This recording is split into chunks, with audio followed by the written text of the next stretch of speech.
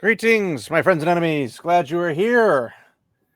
We have some special guests today, and hopefully they don't regret it.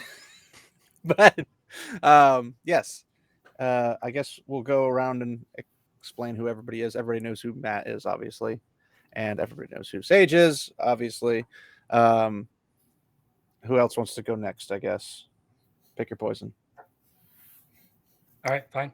Hi, I'm Crimson Law. and I'm Crimson Law. I have my own YouTube channel here, and I mostly talk about cartoons and anime because I'm weird like that. I'm weird too. I'm all about that. So, who else go next? I guess I'll go. I am the disembodied voice of Kaze Cloud. I watch I've been watching cartoons and anime about easily 20 years now, and most of the time I just draw whatever happens to pick my fancy, safe and not safe for work. So you're like Madame Savvy. Oh gosh. All right, you're up. Hey, these guys just kind of know me as just as CursingSquash. I don't have any channel or anything. I'm just, a watcher, and I'm kind of learning now how to appreciate the stories that I used to watch whenever I was younger. Now, He's Sage 2.0, basically. Yeah, I guess. We love you, Except Sage. not trapped by the EU like Sage is. Yeah, That's a bonus, I guess. Our normal Council of the Light, because this is technically the Council of the Light. Our normal Council of the Light is 2 Europeaners, a Canadianer, and 2 Americaners. So we're kind of all over the place. But we are missing 1 EU. We are missing 1 Canadian because of scheduling and stuff like that. When life calms down, hopefully they'll be back and running consistently again. But we'll see how that works. So, Did the migrants get your missing European? Well, I don't know. He's like a Shad kind of character, so he's got like metal or medieval armor and stuff. So odds are probably not. He's out there getting ready for his next crusade, huh? You're not too far off the mark.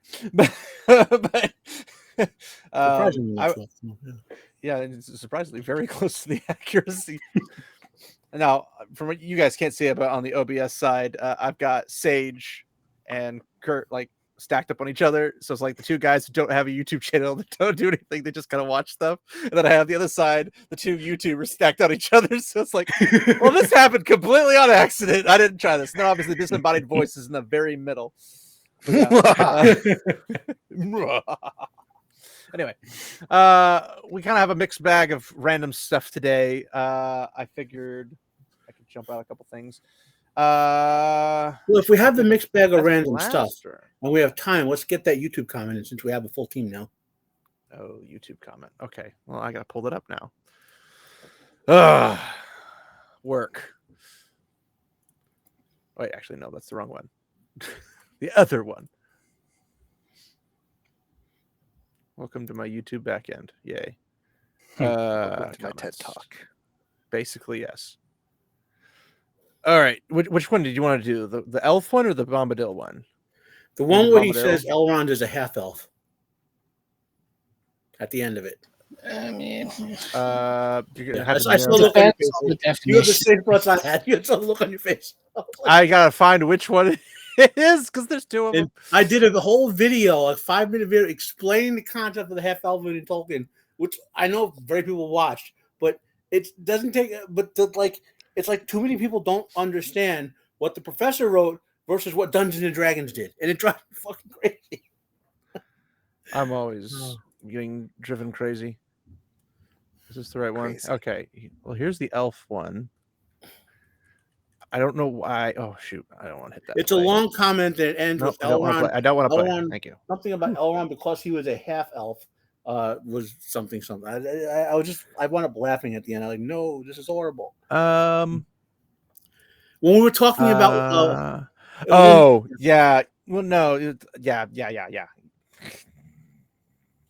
This is not the Tom Bombadil one. This is the elf one. This is the most recent one. Yeah. So, yeah. All right. So, shove off.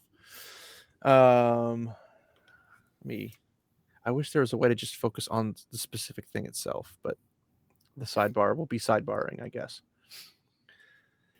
All right. So, drop the link to it in the chat so I can put it in another window and see the whole sentences. I can send you. Wait, see the little sentences? I just zoomed it up. Put the link to the comment in the Discord so I can open it in a window and see it full. Why would you want to do that? That's stressful. I heard that. You didn't activate your stream mode. Gosh. Professionals. Anyway, now I gotta go to OBS because I am the producer, the director, the executive producer, and everything. The head clown. Yeah, Head clown. Yes, indeed, I am. All right, but we're bounced around. Okay, I hate that I have that up, so we're gonna make it go away. No, go away. Oh my gosh, what? This is not working the way I wanted it to. Sorry. Rest in pepperoni. We're discussing the YouTube down arrow for the 10 minutes. We will be discussing the shade of blue on the YouTube like button. I don't care. I'm over it. There it goes. Blue. It finally does what it's supposed to do. All right. So we did a trailer for the Rings of Power, but the San Diego Comic-Con version, so it's a little bit longer. I think it's like 3 minutes exactly, but they had a little this 30 seconds of just Amazon Prime for some reason, because people would forget that so easily. And this person was the best part of the video. This complete silence. But apparently at 23, we said a comment. Should I just play that so you can hear it, and then we know what the context is for this person? I might as well. Yeah. Sure.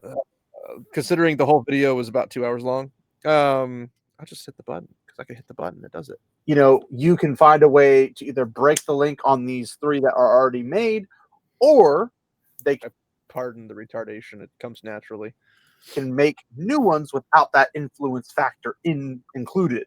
And they can find an alternative solution, and then that way you at least have your bases covered. Now, obviously, that's not how it happened. But had you not had several thousand years of perpetual war, they might have time to develop an independent ring war that can make rings of that power.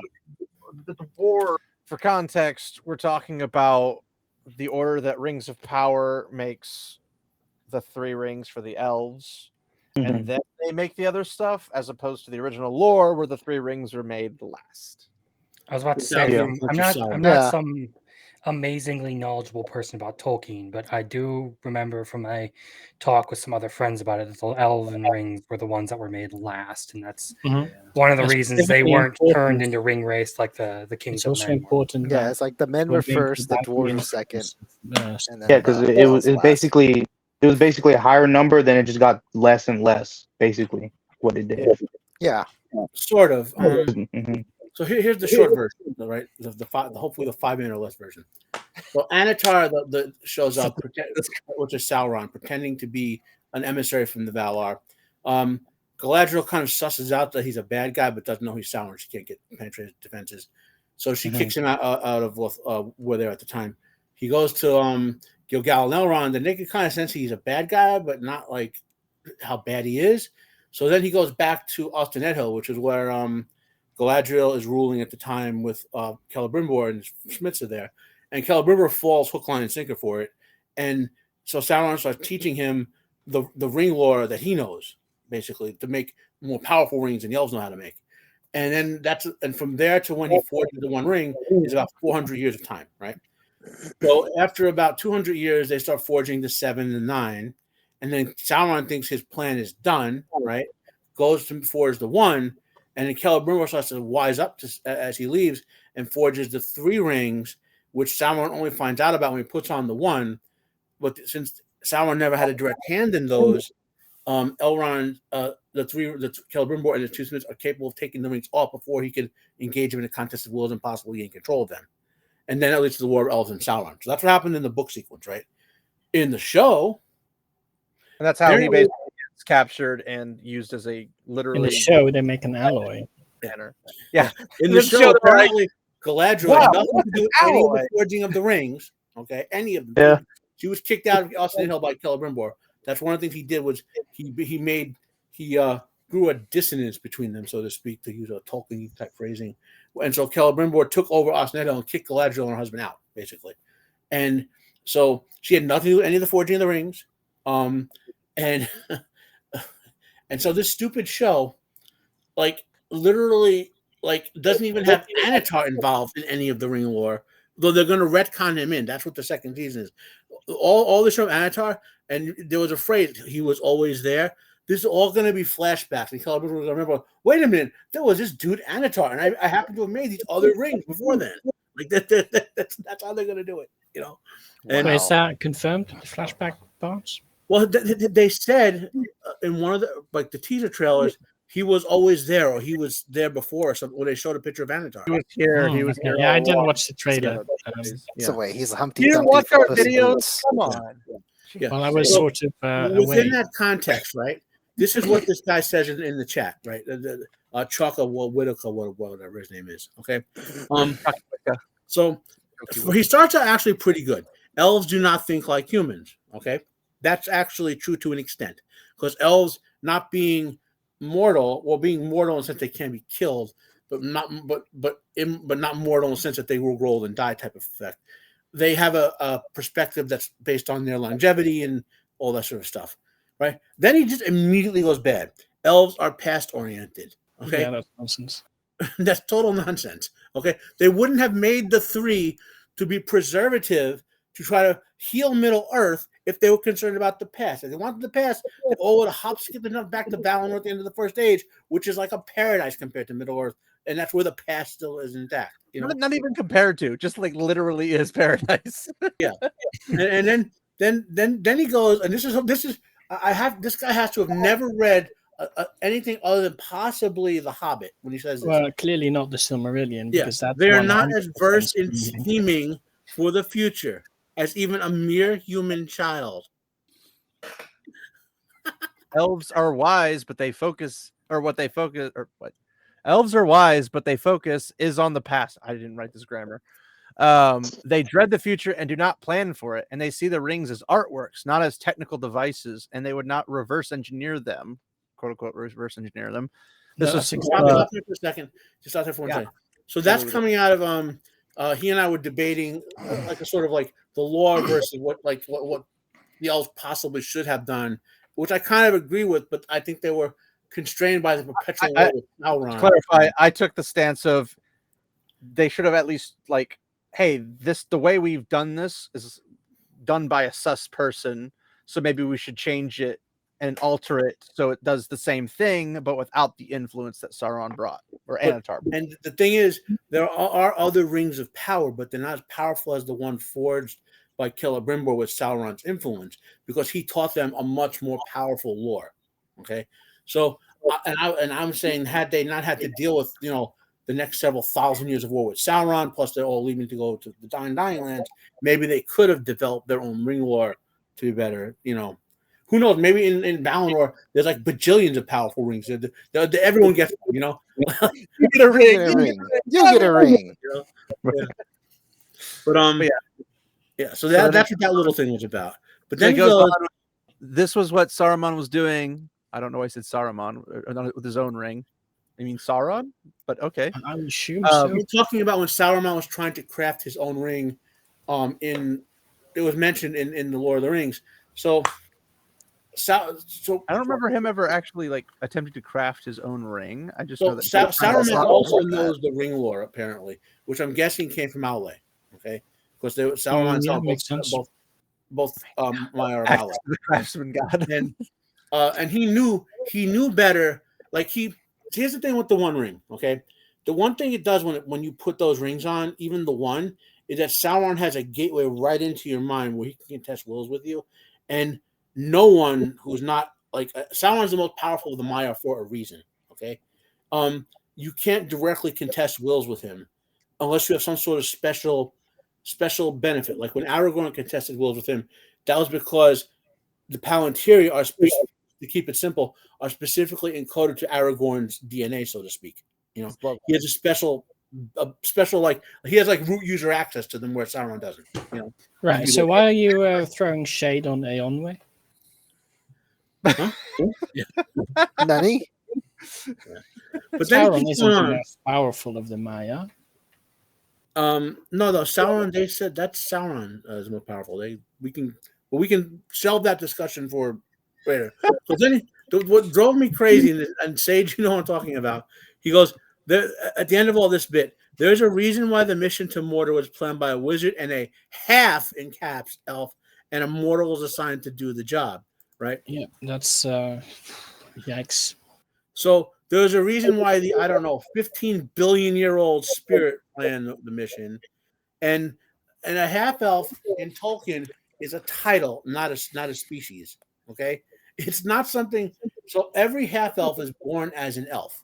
They're born that way, and they could choose to change over to live the life of a man. In other words, they will grow old and die, but they still have their elf abilities. Like they'll just grow old and die. You know, and they're not. It's not like a Tannis half elven from Dragonlance where he has his ears are less pointy and he has less magic or whatever, but he's physically bigger. That's not how the half elven work in Tolkien. Okay, it's a title, not a species. And when I see comments, Elrond specifically is 100% elf. So yeah, well, they're all every half elven is born as an elf, and but like they can choose to become human, and then they're not. Like his brother chose to be pure mortal and became the. Well, he still lived like 600 years. How's Elros? 650 Well, yeah, years. but Numenorians live 400 plus years anyway. Yeah. Like it's not like that's abnormal. Yeah. But yeah, I thought it was like this is an interesting take on this, and I wouldn't say I agree with the whole elves only linger on in the past because that's just. Also, yes, elves are artists, not engineers. Lovely. It's not like the Noldor how about that awesome art Fëanor is making in the kinslaying, right? Well, he just wanted their blood to make blood painting. That's all it was for. Exactly. Yes. Yeah. Yeah, but what kind of idea is it that any species would just dwell on the past only? Like, where did you get that idea from? I would assume this is mostly influenced by D&D because their elves can do the whole trance and relive their past memories. Ancestral stuff or whatever. Yeah. That's also where they are mostly not engineers. Yeah. They're tree huggers. But also in tree huggers. Rings of Prime, like for some reason the elves there are obsessed with the past, like in a way they shouldn't be, you know. So yeah. But I think this comment is mostly influenced by D&D. Yeah, D&D, yeah. So, I mean, I feel like the concept of them focusing on the past. I mean, every species would focus on the past to some extent. Like so why would the elves be? The elves would think about like the kinslaying, leaving Valinor, the curse. Yeah, but that's only because they were there. They remember. Well, yeah, I'm saying, like they would think about it because it's always a cloud over their head. But it doesn't mean that they wouldn't be thinking about like, what about this? I mean, Galadriel herself is looking to go basically rule an area. That's her goal. Yeah, so but that's future oriented. Well, that's what I'm saying is that it doesn't make sense. They're only past oriented. If she has a goal to go basically control a territory, that wouldn't make much sense. If like, well, if past was all they were going for, then all they would be wanting to do is get back to Valinor. That would be literally it. But that's not what their goal is. Well, you could argue maybe back to Kuithian. Well, at some point, yeah, but then they're like, you can't come back. I'm like, well, crap. There goes that idea. So GG. Nori. Basically. Let me switch back to this. And I gotta do some fancy even the Fëanor and his son who swore on what the Tolkien call it, an unwithdrawable oath. How I don't remember the exact phrasing for it. An oath so powerful they couldn't forswear it, and like even which bound them to the past in a sense to restore the Silmarils and all that. The ones you see comment about it regret being bound to the oath. You know, they regret being the oath for that they want to look forward to the future, but they're stuck. But the oath also forces them to go into a certain future. Yeah, it limits their future. You could argue it's harder to their past, like again. Yeah. All right, so this the whole one thing was to reclaim the Silmarils. This one's gonna be a bit of a doozy, considering Oh goodness, I can't believe this exists. So, for those of you not super crazy familiar, Sage is already like, I have an aneurysm of sheer stupidity. But yeah, so we did a video up here about Tom Bombadil and everything like that, and the forehead, huh? And the forehead. The forehead. That's Sauron / Anatar, but it says Tom Bombadil is Baron and Goldberry is Luthien Tunavel, and they were sent back from the halls of Mandros by mercy of the Valar and Spoken. Spoken. There's a C in there. There's no C in spoken. Is that what you do when you imitate? Okay, well, you're also talking about someone leaving a dumb comment on your video. Anyway. Hey, sometimes a person misspells. I mean, come on. It's not like we're perfect. Well, he said but I can't see instead of they, so I'm assuming it's like fat fingering on a phone or something, but there's no auto. Probably. Spoken for Melian the Maya, not Maiar, Maya, because Aztecs the Mayan calendar. The Mayans and Aztecs are in this world because Luthien was her daughter. Read the effing appendices. It's like, did you? Because that's not true in any shape or form. Maybe he read the appendices but not the book. Where in the book it says Tom was there before everyone. He was literally the first being in the universe. Right, so I have to correct you here. Maya is correct singular, but it's spelled wrong. It has to be a I instead of a M-A-I-A. Y. M-A-I-A. But like you could still say Maiar. Maybe he thinks they're Mayans. Like, yeah, but the singular is Maya. Mayans. But maybe he thinks the Maiar sounds like Maiar.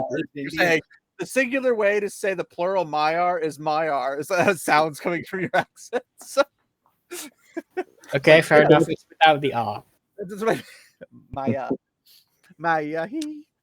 But yeah, so apparently Baron and Luthien, who are dead. Who are both dead. Apparently then became Tom Bombadil and Goldberry, which I don't know about Goldberry. Huh? Those last two are immortal for reference, right? So well, I know Tom Bombadil was here from the beginning of creation. I don't know if Goldberry is with him the entire time. Immortal, I guess. I don't know about Goldberry either. But... No, what I'm saying is that at least Tom was there, so it couldn't possibly be Baron because Baron came after Tom. So that couldn't possibly make sense. But then in the halls of Mandros, which is Mandos, I guess would be the proper term to say it. Mandros. Mandros. It sounds like a Pokemon. But then Melian the Maya. Melian never even spoke to Mandos to make that happen. Well, I don't think Melian ever talked to Tom Bombadil or Goldberry either. No. Tom. Okay, if I remember correctly, Tom found Goldberry in Middle Earth, in the old forest. Okay, so she's younger technically, but then she's still like older than. But is she like the embodiment of the old forest? Is that what she's like? The But the important thing is Tom can't be Baron at all because Baron is a mortal who died and his soul left the universe. I mean, technically, he is Baron because he has no kids. No. Wow. Does wow. just really wow, Baron. Sorry. I couldn't help it. I'm gonna sigh. Yes. This is my high quality comedy hour, so you guys can regret anytime you want. Oh, I've made way worse jokes today, honestly. No, that's not my worst. That's probably one of my better ones. Oof. I have a lot of jokes, mostly because I find a lot of things funny, and then other people tell me jokes. I'm like, I don't get it. How is that supposed to be funny? Like everyone else is laughing. I'm like, I don't get it. What can I say? All right, let me see if I can find some other stuff. Or would you guys rather say? Especially annoying that he after that says, read the fucking appendices where everything he says is It's not proven fair. wrong multiple times. Yeah, what it looks like is this person read like a wiki page of the appendices. I don't think the wiki page that- has the imagination that to be makes that no sense. crazy. It's too wrong to be a wiki page summary. Like, the he wiki didn't say page which is appendices of what book he read, you know? So, it wasn't a Tolkien book apparently. Yeah. But so since you three gents that are visiting, unless you want to come back more often, if you guys would like to bring up anything fun like My Hero Academia being on its closing legs, or has it already been officially closed? I don't remember. It Uh, already It's finished. officially ended, right? It's on a- Officially it- Yeah, I closed, think it's ended. That was like the three people died. What happened?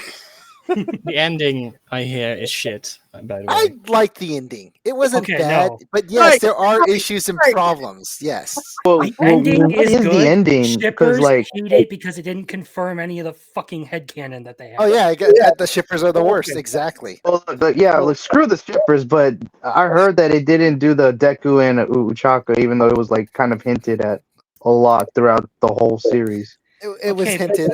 That was about it. It was just hinted Okay, at. but what does that add to the story? I mean, we're talking about like the story of man, this kid who that's became So the greatest hero in history. Well, I want my man Deku to have a family at some point. There's no, he's just gonna, unless he dies a hero.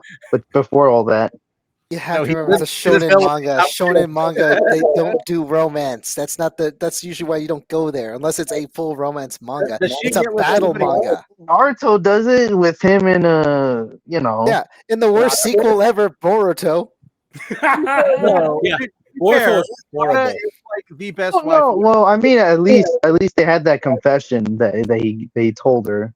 But Yeah. it can be done well. But I guess he just didn't. I guess he didn't want to bother with it because of the people that would be angry at him. Maybe. Yeah, considering the fact there's so many Deku, there's go to Bother the with it? convention and you see so many shippers. God, the I saw Deku something messed up. Bakus. No, not the Deku Bakus. Ugh. I like how Yeah, you're no, like that's a definite no. he didn't want to bother with it because somebody would be upset with him. Like, and you think not doing anything wouldn't make people upset? Like, Well, here's one of the big things: is like Horikoshi regularly gets death threats for the way he Welcome writes to the that end. story. Yeah, that sucks. People with their And- head cannons can be the worst people in the world because this happened years ago during the when Undertale had just come out. It was in the Philippines, I believe. It was at a convention. An artist basically made it's like a Sans Frisk or Sans Chara. I can't remember which fan art basically. And the person did not like it so much that they gave them free cookies with needles inside of it. So they could basically try to kill the artist for basically going against their head canon. yeah, there was and- a- that's not I headcanon. remember- That's fanaticism. There's a big difference. I don't Because remember which you can anime read it a was. book. You can read a book or something and then want something to happen because you've like headcanon it in your head, and then can be a completely normal person. And you're just like, okay, it didn't happen, but I'll still imagine it happens. Because if you're that obsessed with it, you can always just have it happen that way in your head.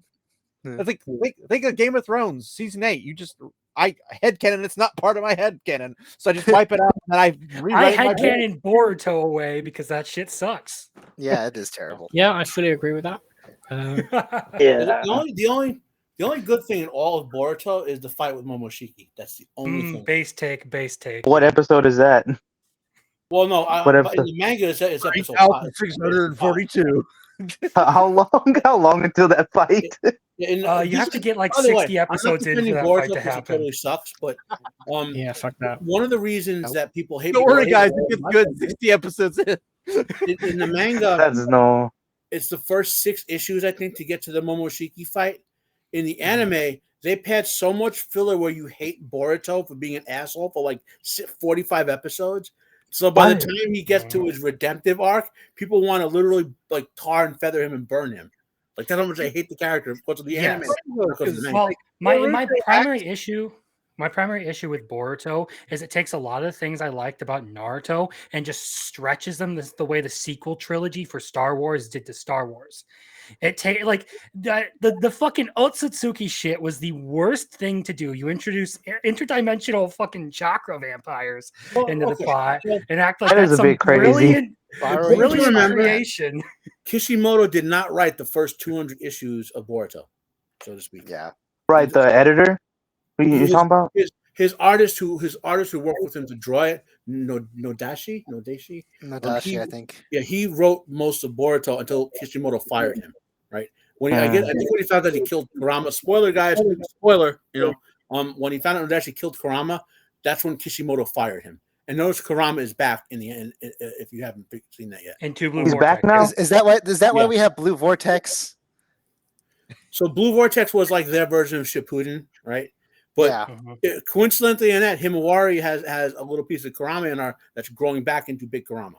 Yeah, I saw that chapter release. I was like, Kishimoto is slowly erasing everything that Nodashi did in Boruto. Now, I'm not defending because I did a video on why Boruto sucks, because the ending of Naruto, and Naruto is like one of my second or third favorite thing, like Lord of the Rings is number one, right?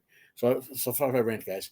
The ending of Naruto, what Sasuke and Naruto achieved in terms of resolving the centuries-long conflict, bring peace to the world, cycle of violence and all of that, ending the cycle of violence, and that's the other Otsutsuki out there. You know what? It should have ended there. Well, it should have ended. It should have just been left alone, or maybe a follow-up movie where Momoshiki shows up and they kick his ass. That would have been enough, because you do see Momoshiki in image in Naruto. They do show him, so to speak, as a threat that Kaguya is worried about. Anyway. So, but Boruto shit all over everything they achieved. Everything. Right. And how are you supposed to enjoy Naruto knowing everything they achieved is crushed and destroyed? I mean, but didn't they also basically depower Naruto and Sasuke, right? God, they nerfed them so bad, it's not even funny. Like that is awful. That is the worst. That's literally like woke. It's a worse. That's like woke writing choices right there to depower your main guys. It's a worse nerf than Helldivers. Like written by Kishimoto in Naruto the Last, when Naruto had the full power set finally, and also finally learned how to use all his abilities, but he didn't know in the movie. He was tanking shots that were blowing planets apart, and then Momoshiki shows up with a little, his version of a Super Rasengan or whatever. Come on, how can you believe that crap that they wrote in that show? And then it's a total destruction of character and like world building and everything. It destroys every good like emotional beat and story beat that Naruto and Naruto Shippuden has. Yeah. Regardless of how well like the story is cool and all that, like, oh, you get this really cool fight, or maybe there's some cool power or something. It still destroys characters that we loved, that we like grew up watching. And then another thing that drove me crazy, right? What is Chidori, right? It's supposed to be specifically used to murder people. It's never supposed to be used on an ally. What does Sarada do with it in the tuning exams? She literally tries to use it against another fellow Konoha without even any moral complications. So that's another shitting on of Naruto. Like it's a funny thing. That remember Avatar: The Last Airbender, and then Korra came out, which is the second worst sequel of all time for anything like that. We don't talk about Korra ever. It's the same thing. It shits all over everything. My mind is mixed on Korra. I don't know why. I never watched it. I know it sounds like heresy to me, but if Korra was its own thing, like they took away the connection to Avatar and made its own show, it'd be okay, right? But like Boruto, it shits all over. Korra is literally like Abby from The Last of Us 2 being an Avatar. But at least he lost a lot. Like Boruto, it shits all over the story before it completely and destroys any sense of completion out of it. Like imagine if there was a sequel to The Lord of the Rings where someone shows up with a more powerful ring. A more powerful ring. Mine's jeweled now.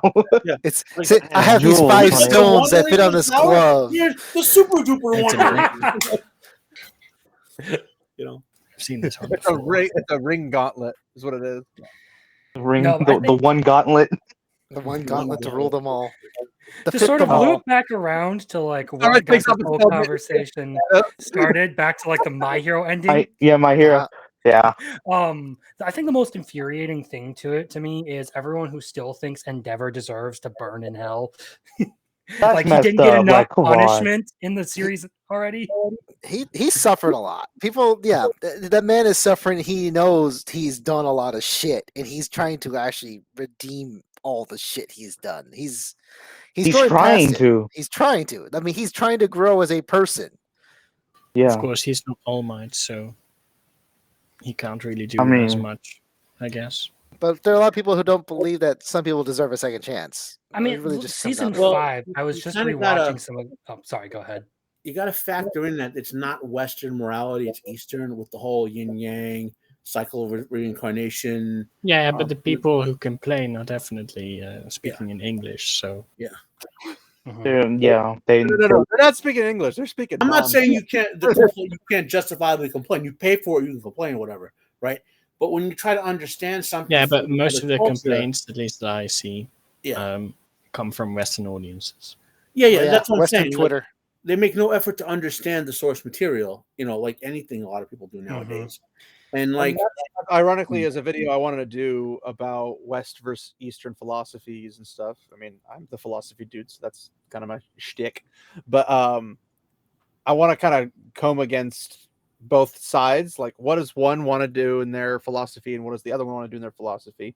And that's why I pretty much cut off all like Western TV and movies and stuff, because I just rather watch K-dramas and anime and stuff because they're just better done. They're well made. The voice acting is much better than dub. I don't care who says dub is good. You're off your rocker. And also, most of the voice actors are absolute scumbags. But that's besides the point. Yeah, I like Johnny Young. I like Johnny Young Bosch. Like he really puts effort into what he tries to do. Maybe there are people when they do like video game voice acting, but in anime they're trash. So unfortunately, I'm gonna be the one out on this. Anime are trash. It just doesn't work with like the language difference sometimes. The language and expression. The emotion of the voice isn't there. Like you got something, yeah, like in Japanese, they're like that's like their heart's being ripped out. You can feel it in the voice actor. But then you go to the American, they're like, stop, wait, no, don't go. No, anyway, not exactly. I have that problem definitely with Dutch dubbing. Dubs. With some, the ones that don't really try. I don't see that do try. So for dubbing for me back in the day, ADV Films was like the best one that did a lot of the good anime dubs. And Funimation's gone downhill, everything like that. I'm actually a dub fan over a sub fan. If the dub is well done, like Sony Robot Funimation. Funimation's is its own thing. ADV Films actually eventually sold parts of its all. It became Sentai Filmworks, Anime Network. It became like 5 different little groups now. The idea is that Crunchyroll just ate it all. No, Crunchyroll hasn't ate it all, thank God. Because High Dive is a part of ADV, was a part of ADV, as is Sentai. And I'm actually a dub fan, mostly because of the fact, and I'm sorry, it's because I'm always drawing. I have to, so I'm listening to it all the time while I'm sitting there drawing. Breaks, watch. I don't, because if you want, I have to watch a subtitle, I have to stop what I'm doing to watch it. How do you know what's going on? How do I know what's going on? Because I have 2 monitors. So basically, I'm sitting there drawing, and I look over to the right, and I just look at what's drawing. I was like, oh, what's going on? Okay, cool. Yeah, but if you're drawing, then you're not looking at the screen. What's wrong with you? I actually. This is like watching a movie, but actually being on your phone. It's true. But if the anime is really good, yes, I will stop doing what I'm doing and watch it. Now, what sucks whenever you're into the action and then you have to look down at the subtitles. You're like, wait, I missed something. What did he say? That's also another thing I really hate. That's another thing I really hate. Issues apparently like you guys do, because I can my eyes bounce up and down, left and right, so I don't have to worry about it. But I'm also I've watched so much anime now that I can like guesstimate what they're saying, even if I'm not reading it. I'd be like, oh, I've heard that so many times, I know what that means. My ADD refuses to fight that. That's why I was like, damn it, I missed a spot. I probably have that too. Yeah. Well, but one of the things I will say, there are 2 dubs that I'm actually okay with, and one is Ghost Stories, of course. Yeah. Fucking legendary dub. Despite it being obviously a localization translation error issue. Thank you, Funny- Not an error. Maybe it's the greatest dub Oh ever. no, it was an error. They did not follow the original story. They completely redid The original No, I heard. official I heard. story, from what I've heard, is that it bombed in Japan, so they just let the bombed. localizers do whatever. With I heard the opposite from somebody else. I heard the opposite that from this guy called Almighty Lolly. He said that it did do good, but the guy who was heading the dubbing of it lied to the studio that was dubbing it. That way they can just do whatever they wanted. That's what I've heard from him. I didn't do research on it, so I don't know. But that's the majority that I've heard. He's the only one, as far as I know, who's ever Sounds said like that, a because everyone credible else said the source. same thing. Well, There's no prior to the sauce. last 15 years, Yeah, he's the only one I've heard said that. like before the woke crap happened, like Yeah. when they would do dubs in the 60s, 70s, 80s, and 90s, I mean, most of them sucked, but sometimes they would make a good effort to get a good dub out Early there. 2000s wasn't Oh, yeah. horrible, at least You know, early 2000s. Like but- just For kids. Fist of the North Star dub was pretty good. The second Gotcha Man dub, which was I think Battle of the Planets, was good. Astro Boy, both of the first and second Astro Boy series were good dubs. Berserk 1997. I think everything you're mentioning came from US Manga Corp or Central Park Media. The Before first they went Astro under. Boy was 63, and the second one was 81. seen Have the y'all third watched the Berserk 1997 dub? I remember Yes. liking that. That was a good dub. I didn't. Hellsing like it. Ultimate was good. The guy who does the Griffith's voice, that's my voice in my head that I read Yeah, with easily. whenever I read the manga. I tried to get into Berserk and I liked it until they brought the aliens and demons thing into it, and I kind of just I was like, you lost me, because I just wanted a story about a mercenary that goes around with this mercenary company and they just fight people and just butcher people. That's what I wanted, and then they just kind of went. It's not that complicated of a story. No, Berserk they introduced is- demons in the first chapter. I was Yeah, about to say all the demon stuff happens in the first chapter, and like yeah. Whenever he's plowing that Yeah. succubus, yeah, I was Yeah. watching. and blows it. No, I mean it I was gets surprised the really anime. dark after they introduce the God Hand, and it's still my favorite manga of all time. So Yes. No, Rest the- in peace. Oh, Hellsing is my. I hate people that said it should end after the eclipse. I hate those people. It's very doomer pill of them. Well, I watched. I didn't read the mangas. I watched the anime, and the anime went, and it was like, oh, battles. He's getting all these people together, blah blah blah, and then all of a sudden they get like absorbed into this like dimensional realm, and I'm sitting here going like, what is happening? Like it just completely took a left turn as fast as you could possibly do. Like we're talking a bullet train turned. So how did you feel whenever Zod showed up? Yeah. Whenever was Zod, introduced the before that all immortal. happened. Yeah, remember Zod Nosferatu? It had something to do with his name, the girly Big man. burly demon dude. Who's the girly guy with the white hair and That's Griffith. Griffith. Griffith! yes, Griffith. him. He had like an amulet or something that like activated, Yeah. and then Yeah. this portal, and then all these demons started coming out and just eating the mercenary troops and stuff. And I'm sitting here going, Yeah, but so don't you remember basically tried- what Berserk is like the ultimate grudge match between two guys who had a falling out. That's the easiest way I could describe it. Pretty much Griffith is a narcissist who wants to control everything around him. That's why he wants to have a kingdom of his own. He wants to take the throne of Midland, all that stuff. He sells his entire mercenary company's souls to basically the devil to gain power. The That's devils, what happens there. Yeah. Not probably only am I guess selling my soul, I'm disciples selling of their his. souls too. if I could sell somebody else's Yeah. soul, I would never have to sell my soul. No, It's like Medic from Team Yeah, Fortress that- 2. That's why it doesn't make. but what's messed up. What's messed up is what's messed up about it is that you have to care about the people that you're selling their souls of. Yeah. Well, even if that was the case, it's like, okay, let's say I go like in an anime like Isekai or something, and I go to Demon Lord, and I was like, hey, I'll make a deal with you, and I'll give you souls for this. And he's like, yours? Is like, well, no, this entire village off in this random no place that I just nothing. That's the problem. No, that's the problem. Is that the cost is people that he cares about.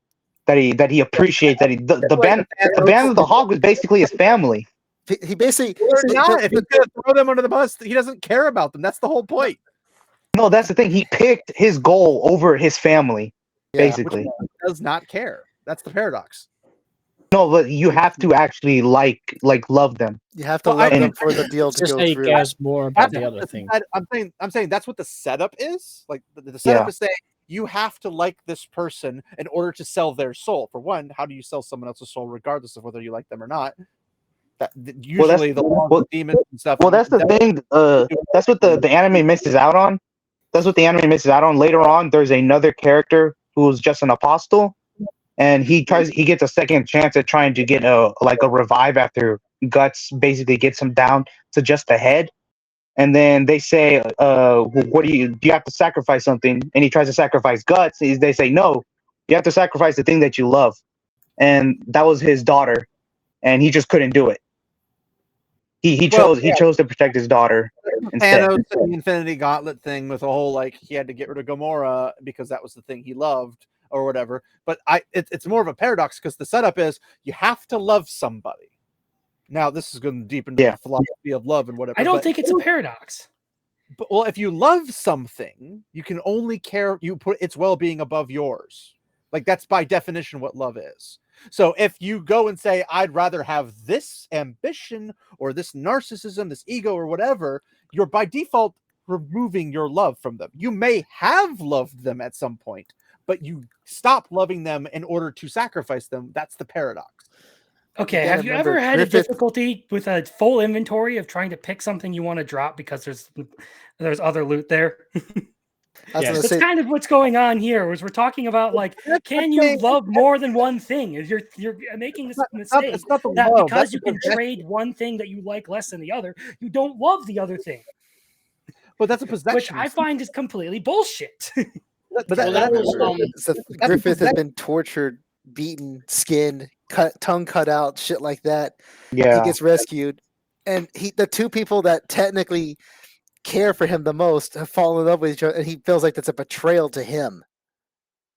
I don't think either that he feels betrayed, because that would mean he had feelings for Casca. I think he's just he hates that Guts is doing a bit better than him.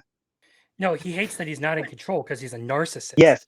That's the entire issue. That's why he tries to get with the Princess of Midland after Guts leaves. Why he's so shook by the fact that Guts beat him in a duel. All of a sudden, he's no longer the top dog. He's like, what? And that's why he specifically targets Casca in the Eclipse. Yeah, to hurt Guts. To prove that he is above Guts, that he is the dominant one in that. Yeah. That speech is really good, where he's talking about he only respects someone who's his equal. Yeah. And then Guts is like, oh, well, I guess I gotta do something about that. Well, I guess I'm better than you now. Peace. Oh man, what happens after he does what he does to Casca, and then that whole amalgamation of his evil, oh man. Have you ever seen the Berserk 97 outtakes? Oh no! Oh, I think I've seen some of them on YouTube. I didn't watch the whole thing though. Yeah, so I can't remember the name of the company. I think it was Media Play or whatever. I cannot remember the name of that. But when they did their dubs, they did outtakes all the time. So the Berserk outtakes are ridiculous. There's because Griffith will sing. His voice actor will sing at some of the most dramatic or most unique parts. He sings a song from Little Mermaid. He starts literally singing. God, I think it's my brain. I hadn't seen it in so long, but I think it's a Black Sabbath song out of nowhere. Crazy Train. Probably the most common one. I was just saying, the difference between a possession of having to sort your inventory and chuck something out. It's just I have value to each of these things. That's why I'm keeping them as possessions. But if I have to remove something, I'll find the least valuable thing that I won't need in whatever future of RPG or something. And you Fallout player that collects everything.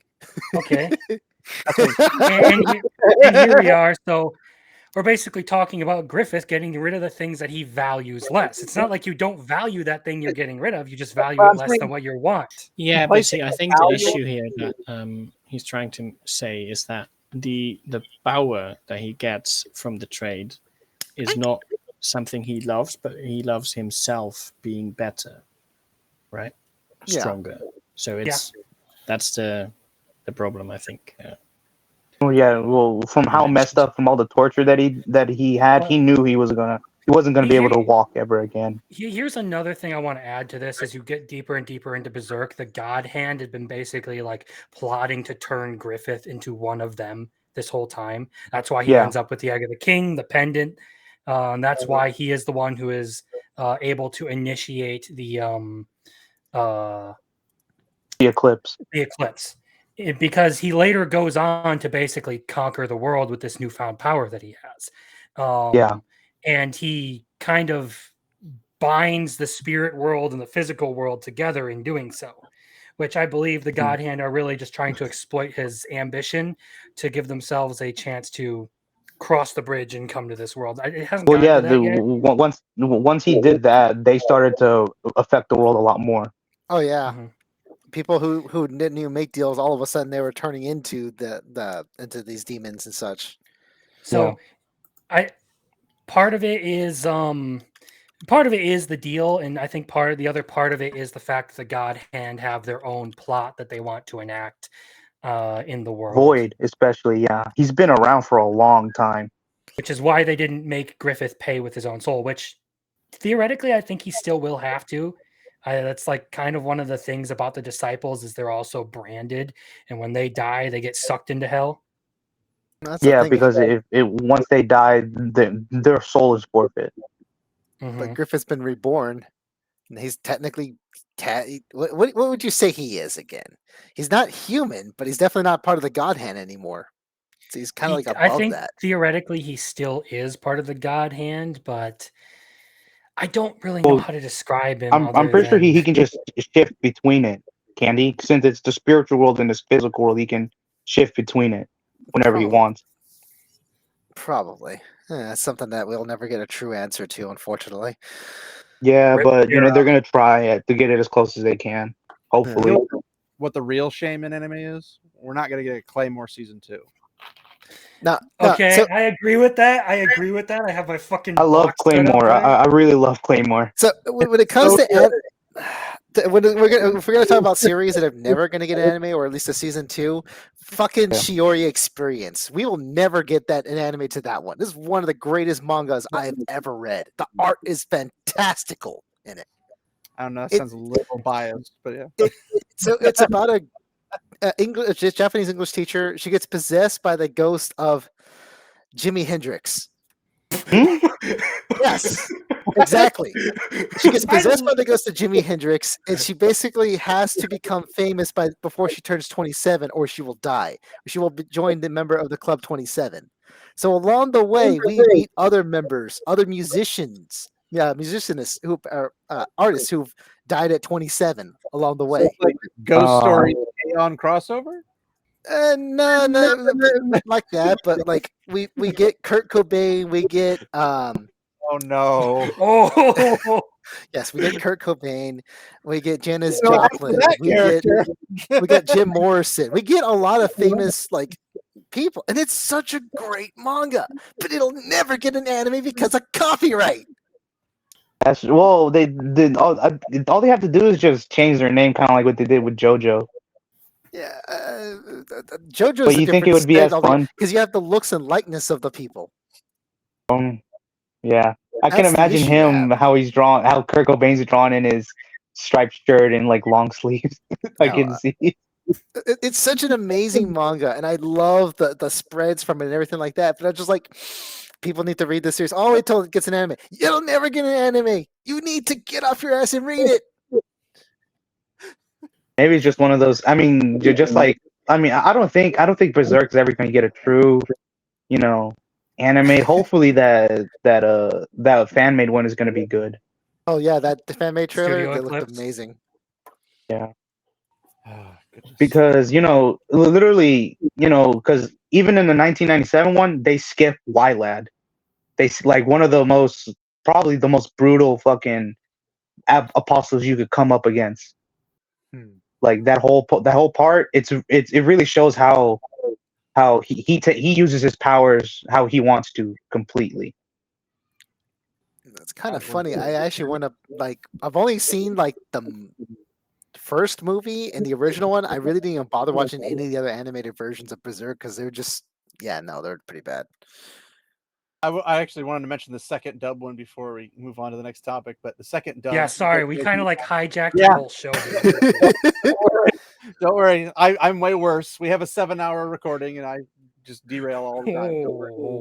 Oh yeah, I'm not some weak pansy that has to go for 2 hours and call it quits. I'll go for freaking 24 if I need to. I feel attacked, man. I feel attacked. Yeah, I feel weak.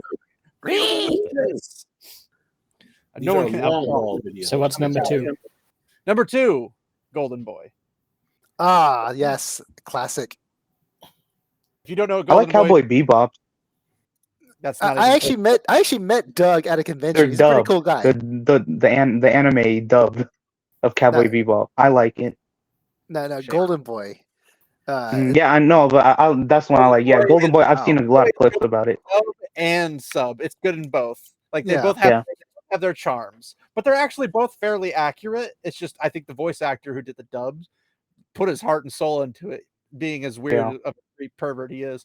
But like I think I said I met Doug at a con. He's a really cool guy. Mm-hmm. And the lisp killed me every time. Anyway, let's jump to the next topic, which D&D, if you guys are familiar. Yep. So barely. Barely. Oh man, we're gonna have to introduce you. But so Grums, which I know people have mixed feelings on, but Grums had mentioned this little bit of information about Wizards of the Coast. And he says, Wizards of the Coast and D&D are being accused of a massive paid influencer campaign, paying off YouTubers to cover the new player's handbook, while simultaneously hitting non-sponsored channels with copyright strikes for covering the book out of network. Sounds like an insurance scam. The paid allegations are being denied by some, even though this is standard promotional practice for other industries like video game companies and sponsored streamers. WotC, or as we call it, the Grand Wizards of the Coast, and Hasbro largely ignored YouTubers last year, only to find out how much leverage they wield during the OGL debacle. It seems they learned their PR lesson and are now taking a carrot and stick approach to the craft of PR around the new book's release. Now, are you guys familiar? I know Matt and Sage are. Are you guys familiar with the OGL stuff that went on with the Dungeons and Dragons? Barely, because the only Wizards of the Coast thing I do at this point is Magic the Gathering, and I don't even buy actual cards from them. I literally just proxy all my stuff. So my own heart. So I've got so much money there. So when the OGL thing happened, right? That was when Wizards and Hasbro realized that, because here's what's the number one thing that led to 5e being successful was Critical Role. Okay. Yeah. And the fact that it's more simplified than the prior. No, it was Critical Role because they did such a, because they signed on to, they changed their game from Pathfinder to 5e when they went and their stream went so big, literally like they saw the 5e book surge and like as Critical Role went up in on social media popularity, the 5e books were just surging in sales, you know.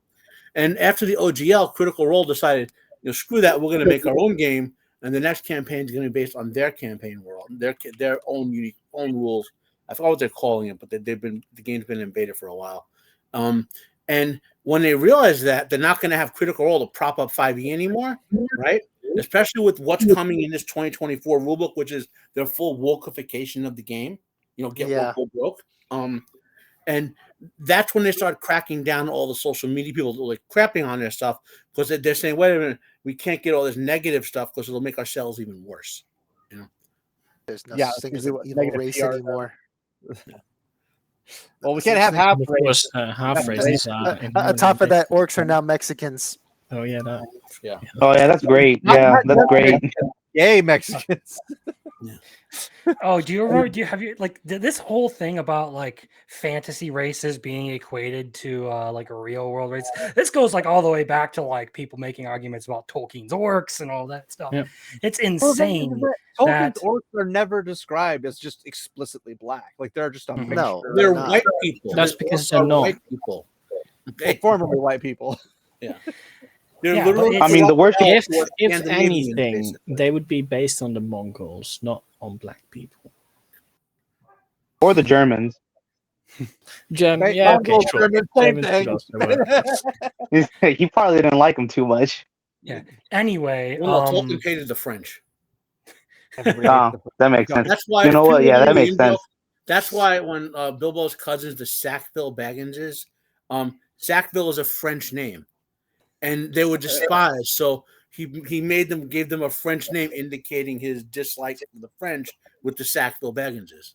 Well, you're in an English shire, so obviously you don't like the French. Well, Sackville is like the only non-Germanic origin name in the entirety of his writing. So you were saying, yeah. Basically, like this has been something that's been going on for like a very, very long time. The like fantasy race equals real world race, and it always comes back to the point to me where like, okay, so you're out here saying that orcs are black people. Doesn't that make you the racist person for immediately associating orcs easily with black people? Easily. Also, I'd like to add this is mostly an America problem. It doesn't really happen elsewhere. America Yeah, I bet it is. I am sorry for my countrymen. They are obnoxious. I get it. It's all California. It's easily that. Well, yeah, Just California. The Marxists infiltrated this country over the past 40 years, and unfortunately, we're the center of their power base now. Well, it's the funny is that, like, when it comes to the whole, like, aren't you the one racist for bringing it up? It's like, well, yes, but they're not aware, or as you would say, enlightened enough to know that they are the ones who are making the issue to begin with. Nobody ever's like, yeah, this is just like black people. No one ever did that. They just played the game and is like, this is a fantasy world. It's escapism. It's like the whole thing with voter ID in America, where they say, well, it'd be too difficult for a black person to get the ID. Apparently be and too stupid. every time they say, so you're saying black people too stupid to get an ID. It's ultimately the white savior complex is what it is ultimately. It's it's just like what Gary always says, bigotry of low expectations. That's literally the whole thing. That's leftism for you, you know? Mm-hmm. Well, it's always funny because, like, when somebody wants to come from, like, the Mexico side through the proper channels or whatever, like, they process people and then like, okay, you can, here's your green card, welcome, get your citizenship, yada, yada, yada. You go through the whole process. But then you got people on the left, the extreme left, are like, hey, we're going to help them through by not having a border because they're too stupid to go through and just become a naturalized citizen and be just a normal American. It's just like, and not even vet them or anything. Yeah. But even not the vetting aside, it's disrespectful to those who are trying to go through the proper channels to become legitimate citizens, because they're saying these people who put 10 plus years to get naturalized citizenship, now they can be bypassed by anybody who could just walk across the border. They get all the they're incentivized to walk past the border. Not only that, under the guise of illegal immigration, like a lot of people, when they come to this country, they're fleeing countries that are less safe police-wise, like drug cartels and all that. So this illegal immigration is being used by cartels to infiltrate a lot of gang members, human trafficking, and all that sort of stuff. And be like, they're not setting their best. If you escape from the suburbs of Mexico where people are being killed by drug dealers to the U.S., and now you're safe with real cops and all that, and all of a sudden MS-13 gets imported through illegal immigration to your neighborhood, you're not going to be a happy camper, you know? Yeah, that's going to turn into a mess if that happens.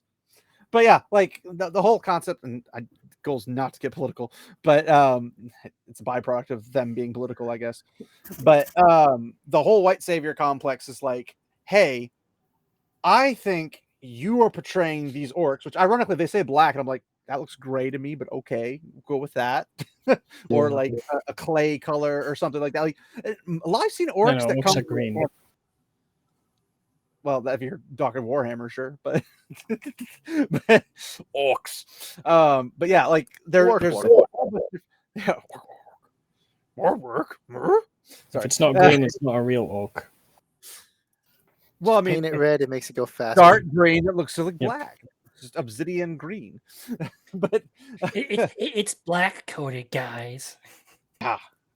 But the concept that all of all the skins races are like, oh, you can't have dark elves, because like the same concept of dark elves like drow being black is the same as the guys in Tolkien saying, oh, the black Numenorians were black people, and it's like, no, it's black for evil. And like you have dark elves. Well, dark elves are those who hadn't seen the light of the tree. Black Numenorians are black. Literally, because they take everything at a first glance. It's a superficial look at what something is. Like it says, okay, I go up to Crimson and say, he's wearing a hat, he has a beard, he's got a YouTube channel, must be Jeremy for the quartering. Like, right. That's what they would instantly jump to, because they don't. Well, I got a deal for you, because coffee brand coffee. They keep redefining words to mean what they like, their stupid concepts for those words, and not what they actually mean. Well, they look at it as like, what's the simplest possible understanding I could have of this? Black Numenorian means their skin is black and they are Numenorians. Thus, Numenor is a multicultural place, which is what they do in Rings of Power. They have black Numenorians, they have white Numenorians, they have Hispanic Numenorians, they have Asian Numenorians. They got but I don't think they did it because of that. They just wanted to do that anyway and just looked for justification. Well, I'm saying that there are people who would use the black Numenorians as a justification for that being a thing. Like they roll it backwards as opposed to going forwards into it. But when you say like black Numenorians, it's like, no, they're black Numenorians because they're evil, because they sided with Sauron and the Witch King of Angmar and stuff like that. They're normal Numenorians that were just evil. So that to separate Numenorian from a Numenorian, they have Numenorian and black Numenorian to separate the two. It's like saying Dunedain versus a black Numenorian, because Numenor was no more. So they just said, oh, here's the remnants from this group and the remnants for this group. How are we going to tell them apart? Kind of a thing. So then the dark elves, it's the elves that have not seen the light of the trees. And it's like, that's literally all it takes to be a dark elf. It doesn't mean your skin is dark. It doesn't mean elves that are black in the darkness. I guess they would probably be like deathly pale. Well, no, the Lord of the Trees, they're elves. All elves are going to look pretty much the same. Oh, so it's just like a title that they give them. Dark elf means that they did not go to Valinor to see the light of the trees. They have not seen the trees. So they stayed. But all the elves did originate in darkness, so that does make sense that they would all be white. Yeah. Geographically, the elves sprung out from the ground. So what do you call them? Brown? In the northern part of Europe, and the remnant in a part of the continent that sunk, but it would be the remnant would be what we call Scandinavia today. Okay, the elves. When Tolkien describes the elves, he's literally talking about what Scandinavian people look like now. Yeah. Well, he had an obsession with Finnish type stuff, so it makes sense. But that's the kind of like all that happens, and that's where they kind of went with the OGL. Like they were trying to the OGL was basically them changing all the rules around how you could use stuff like copyright stuff, using it in your own games if you wanted to. They wanted to make you pay for it and then have copyright control over it and the right to publish it on their own. It was a narcissist move by Wizards of the Coast, is what it was. That's literally what I remember was basically they wanted like control of all D&D content. That's correct? Exactly it. Yeah. And it was threatening to take a bunch of like YouTubers and stuff off to them. I don't think Wizards even cared about the OGL anymore. I think Hasbro was like, wait a minute, we can make money on this by but the whole Wizards of the Coast is mostly doing what Hasbro wants with all of their decision making. Yeah, Hasbro's like the sugar daddy, and Wizards of the Coast is just kind of like, we have to do what sugar daddy says because they own us. Well, it came and they also install their own people in certain positions. Well, it came because Hasbro started to get woke, go broke, and they wanted to make money, and but and Wizards losing money. There's a reason Wizards of the Coast is called Grand Wizards of the Coast, because they're racist. But I mean, look at the magic card called Prejudice. Well, I mean, there's that too. I was going to say, actually, what you might be familiar with, Crimson, is the Middle Earth set in Magic the Gathering. The one that still doesn't have an Aragorn card to this day. The one that has I assume two racially different Mary cards for some reason. There's a white Mary and there's a black Mary. I don't understand how that could even happen in the same set. But okay. Isn't that because you have color stuff in Magic the Gathering? Well, So it's funny you mentioned Magic. Did y'all know that they just Not made the color, not the color card. Like not yeah, I know, but they just Yeah. wanted to have a better Yeah. visual indicator. All of the what they were Rohirrim going are for. black for some reason. they're Yeah. All of Valerian. Rohirrim. House Yeah. of the Dragon is what they are. They have white dreads and they are black, and it's like The Rohirrim, the Viking style, like Vikingish like group. Wow. What the heck? blonde beard, big horse Not lords. quite Viking, Those but guys. fair enough. I mean, the Viking appearance. Like Oh, blonde and hair. Aragorn too. Their Aragorn cards aren't Aragorn. Not at all. Yeah. Short black hair, black skin, a fiery sword for some reason. I don't know why Andril's a fiery I sword. mean, why not? Okay. Why not? Because Why it's not? not. Just throw a fire sword I will in. tell you Cool. though that the One Ring did end up selling for like over $1 million. So It was $2 million, and was it? Post Malone bought it. Oh fuck. Yeah, $2 million. And the kid who got it, I was like, man, that kid's so freaking lucky. But Wow. I mean, that's rarity, that's scarcity for you. And if you, I believe Post Malone's a huge Lord of the Rings fan as well, so that He plays Magic too, so he plays Magic and he likes Lord of the Rings. So you get the one card in the entire world that's all unique. I don't know how you do it, but he did it. So, But yeah, I know that. So the Magic, they got a new Magic collab card set that just came. That's coming out or recently came out. they have a whole bunch. Are you talking about the, Holy Grail. I gotta go. Oh, yeah, Holy Grail. It's not out Yeah. yet, I don't believe, because I was going to get it, but I haven't heard of like this one Holy yet, Grail. I gotta do some real life stuff for the next stream, so I gotta head out now. yeah. All Thanks, right. Matt. Take care. Talk to you guys later. Keep Nice up the meeting good work, guys. We'll do. All right. Now that he's gone, we can have a real party. All right. Yeah, so I'm gonna have to change a couple things, but yeah, the OGL basically was like trying to take control over everything and all that jazz. And so what is going on with this is that after the OGL whole debacle just absolutely failed, what they tried to do, seemingly, allegedly, what they try to do is they basically were going to specific content creators and say, we want you to shill for our product so they can control the situation. So like, we'll pay you under like a license, NDA, all that kind of stuff, and basically just weigh them down with, you can't say anything bad about us and you have to just promote us like the crap out of this. And then anybody else who tried to comment on it, they would try to just go after their channels with copyright strikes and stuff, because they realized from the previous OGL experience that the YouTuber groups, content creators and stuff, YouTube has a much heavier weight on all of this to everyone to begin with. So you can completely attempt to bypass the YouTube criticism. Instead of just making a good product that everybody likes, you can make a bad product, pay certain people to do it, and then go after other people who don't agree with your stuff. Which anybody with half a brain can go in and say, okay, here's all the videos that are praising the work that Wizards of the Coast did with the new player handbook. Here's all the ones that are not being praised. Or not praising Wizards of the Coast book. These are all the ones that are getting copyright struck. None of the good ones are. It's like, That's not suspicious at all. that's not suspicious at all. And then it's just algorithm issues. Everyone knows Yeah. that. I mean, to be fair, the algorithm is a mess, but that's besides the point.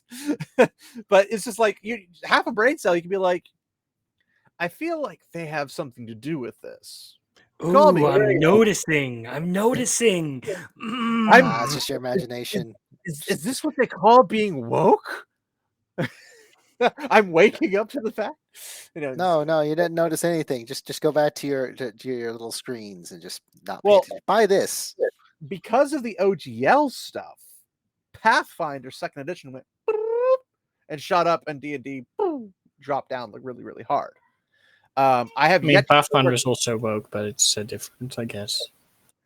Well, I'm not saying it's woke or not woke. I'm saying they were just like, here's a whole bunch of stuff. Just at least they have good customer service practices.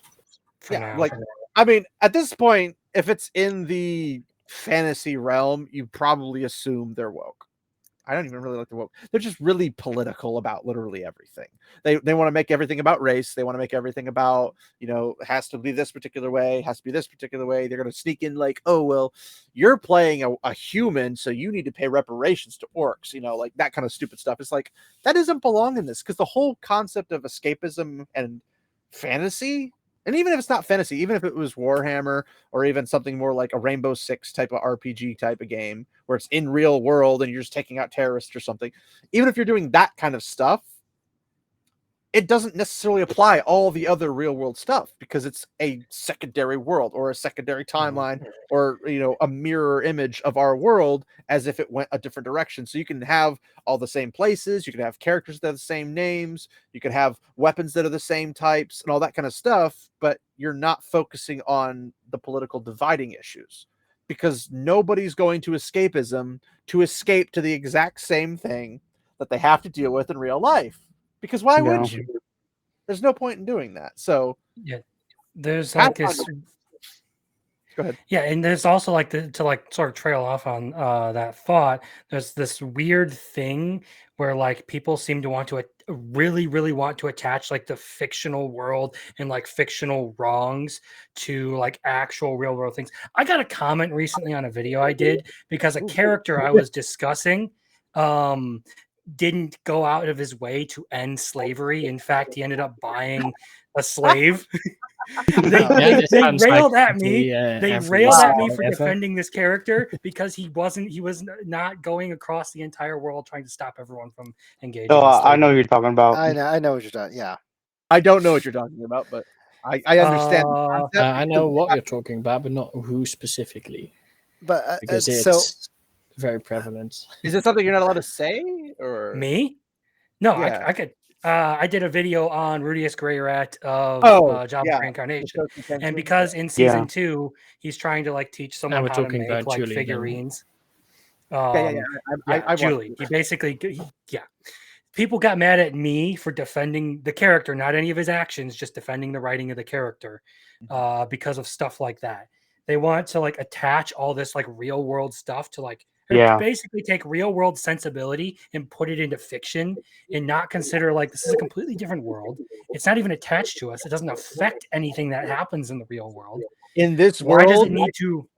In this world, racial slavery does not exist. And in this world, the Civil War never happened. In this world, we didn't have it all the way back to the Berbers trade and stuff. Like, none of this happened in this world. So obviously, it's not even racial. I mean, well, yeah, it was just a stuff, but yeah, it's weird, and I think that's part of what's like driving like Wizards of the Coast to try and do some of this stuff.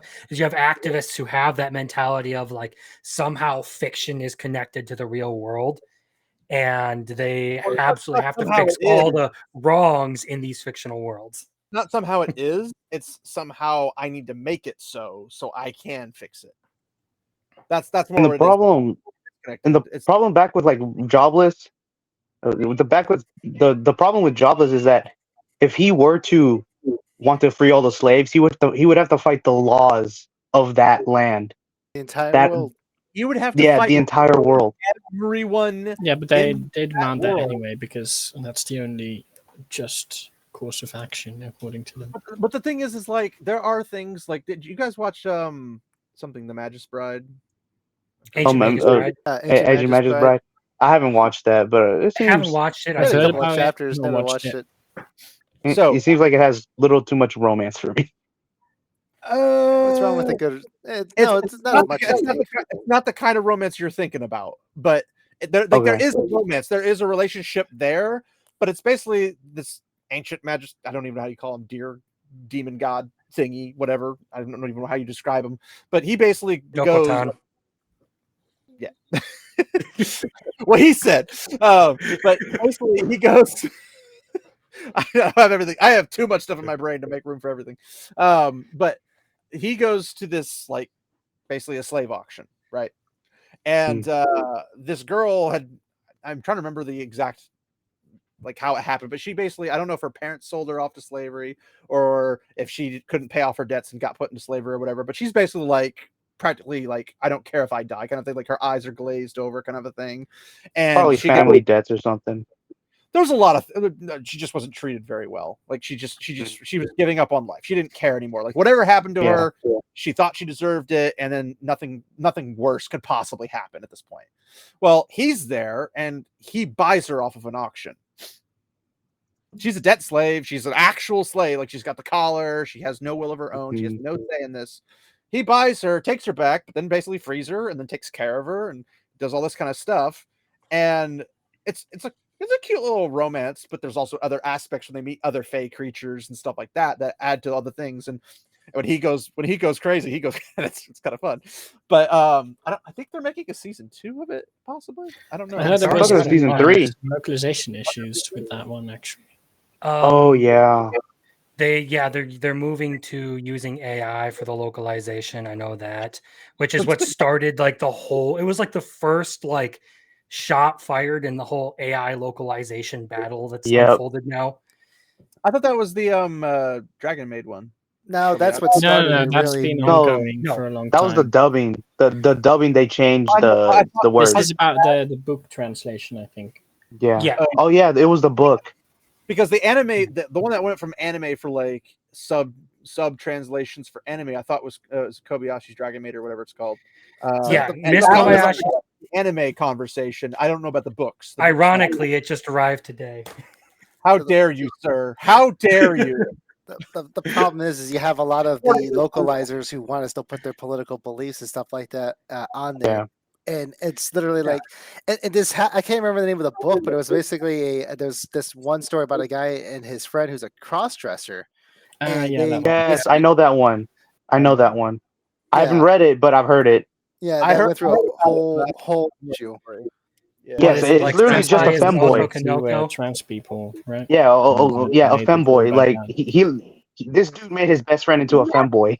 It's not the first time that's happened in freaking any anime. Like it's happened multiple times. It's nothing new. Well, so now they decided it's a problem. The person translating has said like, okay, yeah, I wrote it like this way because I did a better job than the mangaka. Yeah, they're saying they did a better job just because they made them trans. It's like Lovely Complex. You're thinking of the Lovely Complex. No, it's not Lovely Complex. It's a different. This is a different one. It's literally called. It's literally called. I made my best friend into a Otodanoko or whatever, or something like that. I made my best friend into a girl. I think is what it's called. Yeah. That's the title of it. As Japanese people do with their titles. Yeah. Well, obviously, I'm not going to start spitting out the Japanese that I don't know and understand. Yeah. But like, there's a distinct difference in the words used. Was where it in Pan Japanese that did it's Lovely Complex? Otonoko or something similar. Otonoko Lovely Complex specifically is not a girl. It's not. Yeah. So, like, I don't understand the hate on AI. Like, I have friends that are artists, musicians that I talk to and do projects and stuff with. They are so anti-AI. Like I have people in like one of my rating groups when I raid in games and stuff.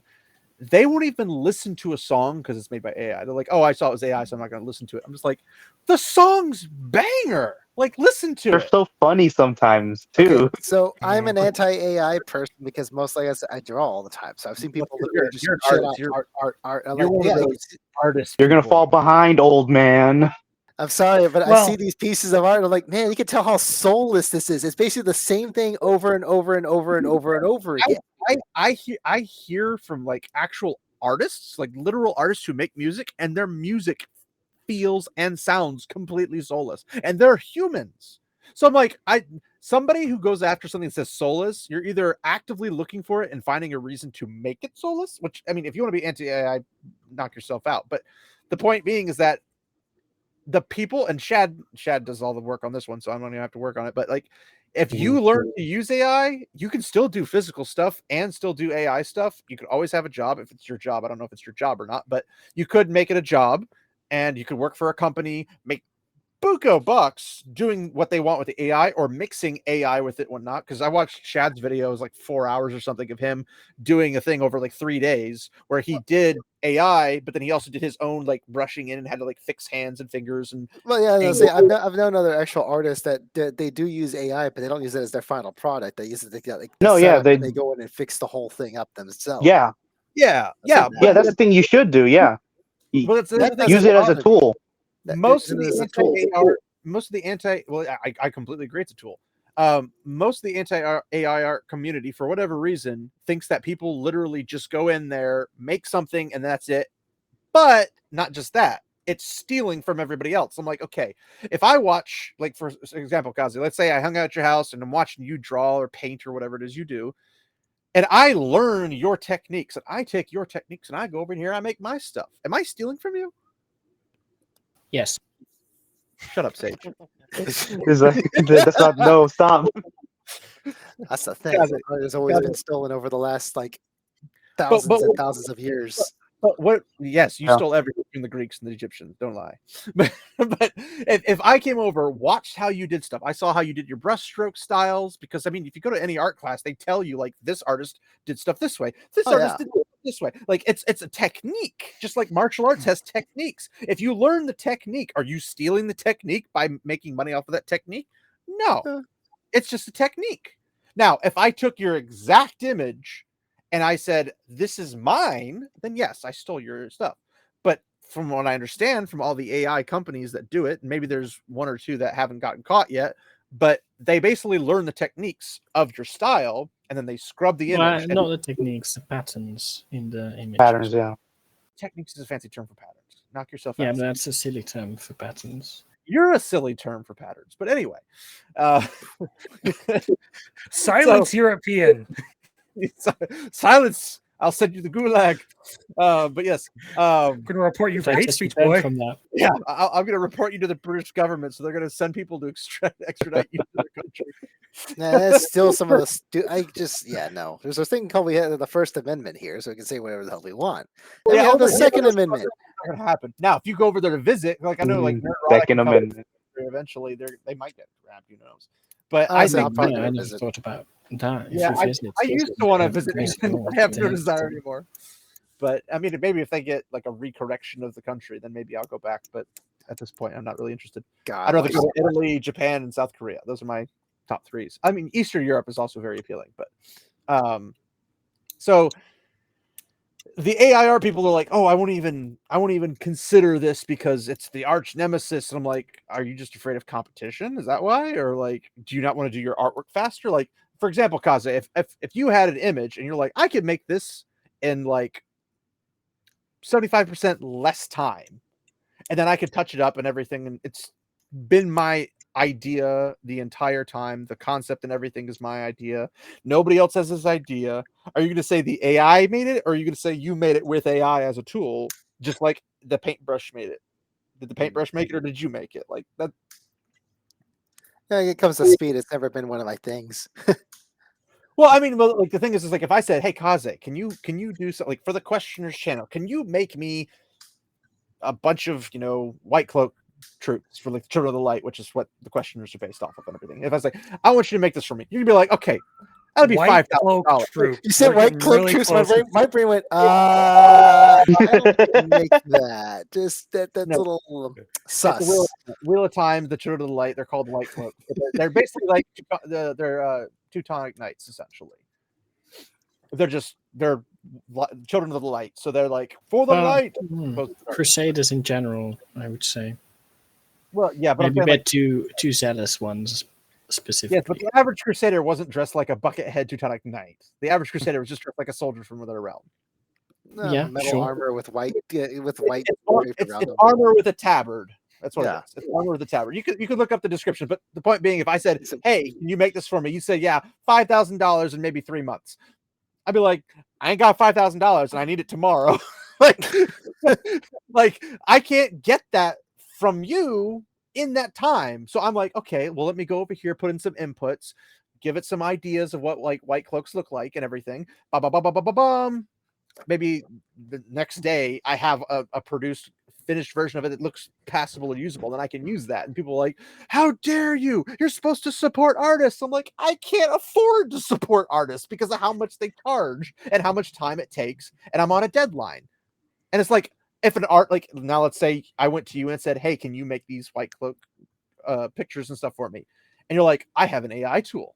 I can have that for you tomorrow, $25. Boom. I'm like, done. you got what I want, because it's not going to be much work on you in terms of like, you're not going to be sitting there for 8,000 hours painting out every little detail of it and everything, because the AI is going to do a lot of it. And then you'll just do the finishing touches and whatever. It takes you very little time. You do this for like 50 different people all in the same day. You just made like $1,000, right? Like, it saves you time, everything like that. It's aiding you in your goals, but you're still in control of all the outcomes. And that kind of thing, I don't know how people like me are supposed to help support an artist, because I'm not made of money. Let's be honest. I don't make money out of this. The way they kind of say going, no one's made of money anymore. Yeah, and I know somebody who did like a book cover for a book for somebody, and really good drawings. It was like $3,000 just for the book cover, right? And I'm sitting here going, as an author, if I make my own series, like, or I make my own novel, I can't afford $3,000 just for the cover when I have to produce the whole thing and then distribute it and then hope it sells. But I have to pay for every single copy that's coming in. And if I don't sell it, I'm going to just lose money hard. So throwing a $3,000 amount on top of that, that's a lot of money. Crimson's going all emo on us with that darkness. Yeah, I did. I get what you're saying. All that, and it's actually fairly understandable. My problem I have with it, or as you basically legitimately just posted on whatever social media it is that you post your stuff, and immediately within like 20 minutes, someone was already like, "Yeah, I just took your art and just made it better using AI." Like, what? I'm like, dude, what the hell are you doing? That's what really bugs me, is out of nowhere, because these people you're not supposed to be able to do that, because you're not supposed to take somebody else's stuff and claim it as your own. That's the issue, the biggest issue I have with it, because that's the issue I see with it the most. Which I would agree with you. I would agree that's stealing, because you're taking somebody else's art. Now, if you say like it's a pose, but they're wearing blonde hair, now, and they're wearing a black dress instead of a blue dress or something like that, then I'll be like, okay, well, it's the same thing with like what's the stuff on YouTube that they call it, where you can change stuff up and use it. Come on, Crimson, you know this one, right? What's it called? Fair use. Fair use. Thank you. Poses have been fair use. So many poses for so long. If you adjust enough things to make it not the original work anymore, it becomes something else, at least to a certain percentage, and there's enough, then they can legally do it. But if they're just taking your exact image, throwing it through an AI, having quote unquote improvements, but it's literally the same character, like the proportions and everything are the same, the colorization is everything's the same, it just has like a different like filter on it, then I wouldn't say that's right, that they shouldn't be able to do that, because you should be able to copyright that and say that's mine. You just took it, tweaked it barely, and then came up with the same thing. It's still my original character or whatever. That I'm totally for. But the AI, like, people will take AI stuff and say, I'm going to put in my original stuff for my own personal use, and people still have a problem with it. Yeah, when you're using your own works of art and stuff like that. Yeah, I've seen different people doing that just to recreate their own stuff in another style. That I have seen worked with. It hasn't been perfected yet, but that's still going to take time. Even for music and stuff, like they'll say, "Oh, they stole this from somebody else." I'm like, you do realize how many drum kits are digitized, right? That you could just like go buy and put into a program and then program drums. You know how many of those exist? It's ungodly. And with all of those that you could have, what are you going to say? Well, this one's mine. I'm like, no, that's the other dude who got it from another dude who got it from another dude, because thousands of drummers have done this. Some do their own unique kits and stuff, but a drum kit for one person is the same exact one as another drum kit for somebody else, because they have the exact same drum kit and they made the exact same sound. Who gets the rights for it? That's not what you base it off of. Yamaha overall. Yeah, Pearl. But yes. So that kind of throws everything. Yeah, because like, oh, sorry. Go ahead. Yeah, because like the best argument I've heard is that, do you think people that did hand drawing for years back in whenever it's just hand drawn animation, do you think they like the digital stuff very much? It's probably the exact same thing. It went from I can draw with like a piece of charcoal on a piece of parchment to I can paint with actual like acrylic paints and stuff, to the water, and it went on and on. But then it got to the picture, and I can photograph stuff now. Hey, can you paint me this landscape? Well, I could just take a picture of it, and now you have the landscape. Like you can do. Yeah, and now those like those guys that paint landscape, yeah, they're out of the job. But if they don't adapt to that, but yeah. But Kaze, you would know probably better than me. What's the drawing pads that they use to draw on a computer? The Wacom tablets? Wacoms, yes. So like Wacoms come along, and then all the people get uproar like, "You're not supporting local artists. You're going digital." And it's just like, it's just a tool. It's just technology is advancing, society and civilization is advancing. What's the big deal? It's like you try something and you adapt. You could still draw for somebody on a piece of paper with a pencil or multiple pencils, colored pencils, whatever it is you feel like drawing with. You could still do that. But if your job and your livelihood is on the line, how many artists actually make money to live off of? Very few, probably. Not as many as they'd like to. That's for damn sure. I'd say like 0.5% of all artists actually make money. Like comic book artists don't make money. They almost never get paid. Actually, let's see. I think I only got one friend of mine who's literally surviving on it. But that's because he's, he's got but he does like what, 5 different comics. Yeah, but he's doing a lot of work for very little pay each one to make the one thing that he needs to actually survive. And he's probably not getting treated very well. And he's probably good enough, like quality enough to get all those jobs. But then what happens when one of those jobs dries up because they finish the set or something, or maybe that company goes out of business? Well, now he's got to look for more work. And what if he can't find the work and it goes down, down, down, and then eventually he's just got nothing? He just joined the furry community, so that gives him the money. Oh, that's infinite money right there. That's endless money. Yeah, I was like, no, he's technically good. He's part of the furry community. Yeah. That's what the AI does when it's printing it out for you. But yeah, like all the different concepts people have of it, because I think more people are uninformed about the topic when they talk about it. And I'm not saying by any means that I have unlimited knowledge on this topic. I just know from logical perspective, but also from just generic human history and advancement of weaponry and advancement of technologies, like going down to the river, you had to pay somebody to go down to the river, grab a bucket, and bring you some water.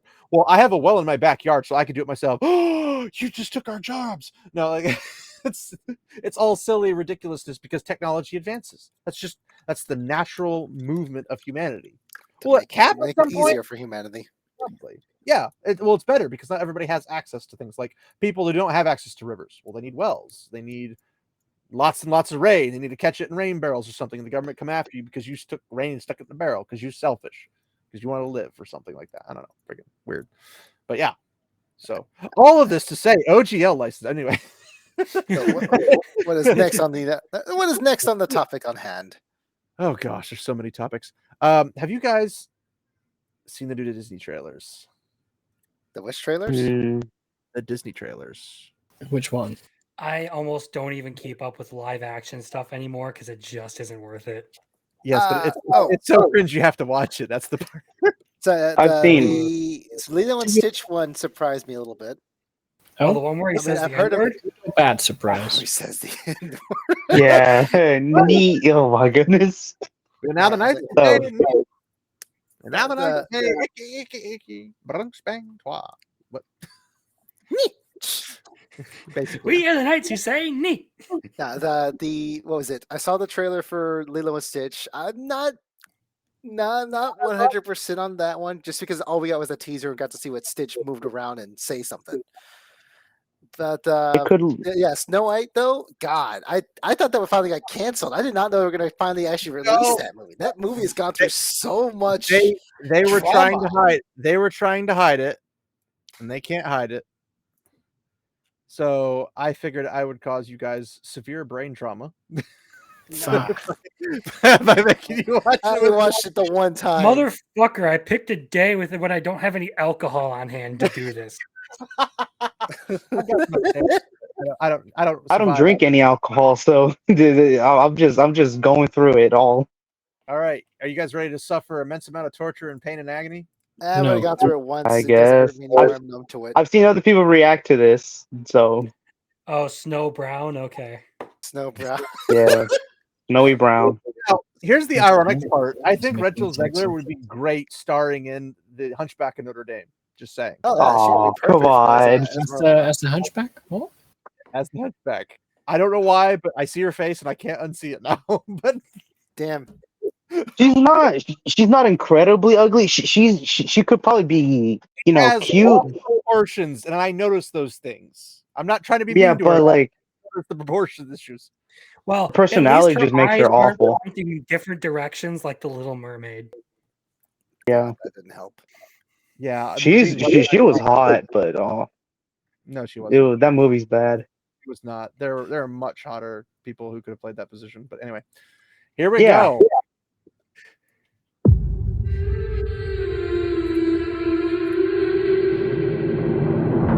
Notice this live action with a total CGI deer. Yes, Yeah. it's always It's cartoon CGI. It's not real life CGI. It's cartoon CGI. So that just shows you how evil Rachel is, because the fact that the animals couldn't be anywhere near her. They can detect it all. I bet you, even that Snow White in that frame is probably CGI. Like, I can see that happening. It's green screen for sure.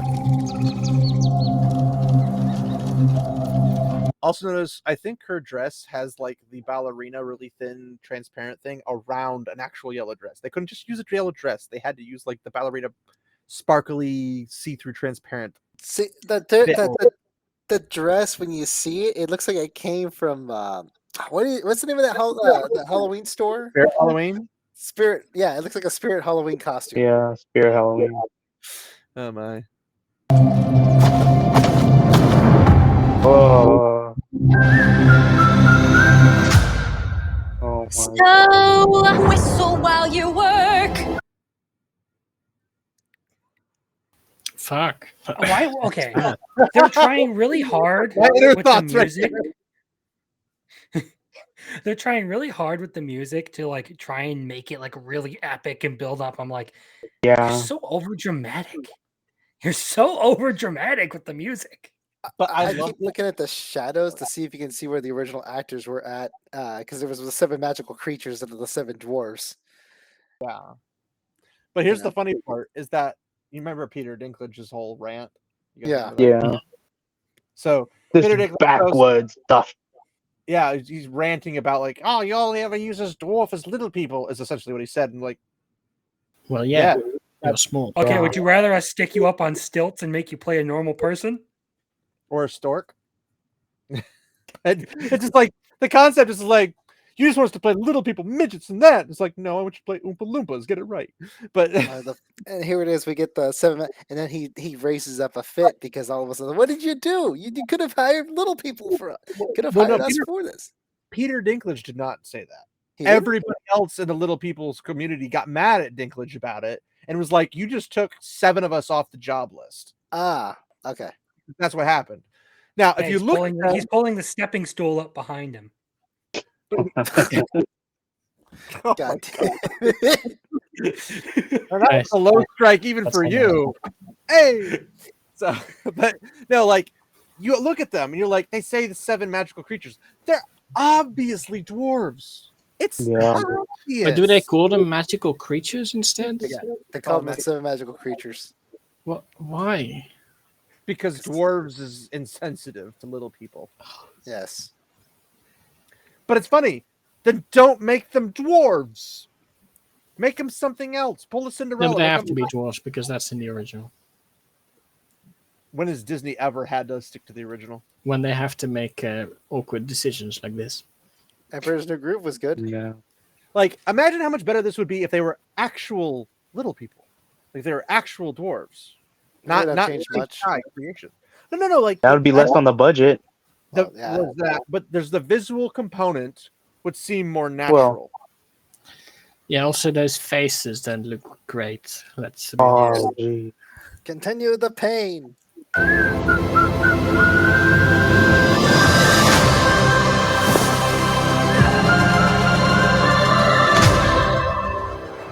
Because that's somebody who really be mirror, mirror on the wall, who's the fairest of them all? Well, obviously you, my queen, because the other one's Quasimodo. Like, geez. I was about to say, to make the point that like literally everyone has made about this, there is no way anyone picks Rachel Zegler over Gal Gadot. It's like Yeah, Have y'all seen that? It's Have not y'all gonna seen help. that picture that she posted on Instagram? There's so many filters and angles that she used to try to make herself look better. Rachel? Yeah, Rachel. That photo, she says, "I'm the fairest," or the fairest, by the way. And it's like you can tell there's a bunch of like shadows covering one side of her face. All the right angle. There's makeup on her. It's like you 600 literally hours of had to Photoshop later. yeah, she had Anyway, to she's spruce not herself up. helping. I bet she used AI. Concerns about the name. Get him. It's funny because But no, like, she was also showing some cleavage too in that photo. I'll pass. I got Sydney Sweeney if I need that. Yeah. But, like, if you look at apparently in one of the interviews they had, like at one of the not red carpets, but like one of the carpet things where they have all the people come in and they're like promoting it and all that jazz. Apparently Gal Gadot was talking and Rachel Zegler's giving her like the side like disgusted look or something like everybody's gonna be coming to watch you, not me, kind of a thing. Like she's like super envious and super jealous of her because Obviously, yes. Gal Gadot is not dead gorgeous and she's exotic on top of it, and she's super tall. It's like Gal Gadot, beautiful. She's meant to be Trifecta. in a lot of things, but she is pretty, and it's like, you know, women can be jealous about other women's looks and all that stuff. They're very insecure about their own and all that stuff. It's like, well, obviously, no one in their right mind would say Gal Gadot is uglier than Rachel Zegler. No. It's just not happening. So, like, Oh yeah. should I even have to say anything? The crown's crooked. Well, it's crooked on her head. It's Well, Disney. it's because of crooked in and out. That's also her head's a little bit, but yeah. Magic mirror on the wall. Who's the fairest one of all? I don't think that's her saying that, is it? I wouldn't even give Rachel Zegler like a cuteness factor. She just doesn't have it. I don't get it. I don't think. Hey, the way she think of the character with the same name from Tower of God. I know what you're talking about. Yeah. I don't know what you're talking about. I haven't seen it, but I know what you're talking about. Oh, Tower, is it that stop motion? Oh well, it's not really webtoon. Rather, read that instead of the anime. It's not a good adaptation. Interesting. Whoa. Yeah, they're going like really over the top at adding stuff. Well, at least they got her outfit right. Yeah. Well, there's probably criticism for that too. I would say it's close, but it's not quite the same. For one, she doesn't have the neck floof in the back. Oh no, she also, doesn't. she doesn't have the dress was just a single. Oh, layer. that is not a flattering angle for her, by the way. Yeah. Well, like I was mentioning, it's not particularly flattering because her face is in it. But that's just my opinion. Oh my god! Yeah. Demon deer, baby. That's where we're going. Demon deer. That's the same deer that they had in the Rudolph the Red-Nosed Reindeer, just like CGI'd up in that stop motion movie. Like it looks just like it. Why are its eyes like that? Terminator deer. I have come from the future to save you. Rachel Zegler, I have come from the future to save you from this casting. Come with me if you want to live. Right, come with me if you want to live. But here's the funny part. So we just saw her get sucked into the ground away from a tree, right? Yes. And it's probably the dwarves that dug the hole to like pop her in, and maybe it was on accident, and that's how they meet, whatever. Why is there a deer underground? Why not? Why not? Yeah, that's exactly it. Why not? Why would a deer go below ground exactly? Second, because the plot told it to. Well, yes, that too. The animatronic deer was told to. But maybe second, the tree has roots that it can control, so it could go underground and still get her. No, you see, the tree isn't actually an animate object. Except for the part that it was animately moving. Yeah, that's but she's that's just an illusion or hallucination. Oh, yeah. Maybe. She was running away. She's exhausted. She's tired. She's just Because in hallucinating. the original, it's like a I super. don't know. Yeah, she's You guys are probably- like apologists. You're about to get kicked. He's probably hallucinating from the freaking poison apple or something. Oh, It's yeah. like, what the Disney heck is paid going me on? to sign an that NDA can't so be that I right. would show Yeah. for all their movies. She hadn't even eaten the poison apple yet. The poison apple's the thing that kills her. See, unfortunately for me, Maybe when I this saw is the her tree, mind I going just went through it. Evil Dead 1. Ash from Evil Dead pops out of the ground. Hello, suckers! Tear in half. There's also fawn. Why is there underground? Or maybe is this supposed to be after she falls on the ground? Because there's a lot of greenery below the surface. Well, maybe I thought it was a cave. You're right. That is a lot of greenery. Yeah. I'm confused. I What mean, is happening? distinctly Maybe she fell down remember the- rocks rising up higher on the left of the side of the deer, but maybe not. But there's also rocks on the right side of the deer, but with foliage and stuff. No, but the smaller rocks, they were higher. There was a movie Why or are something you where rock they, sizes? Sheesh. they fall down, they roll down a hill or whatever, so it just changes the scene every time. And it just happens like 8-10 times in this movie where someone just rolls down this hill. It's like, that's what happens to horror. We Cute. call AI CGI, but without a talented artist behind it. Oh, God. Yeah.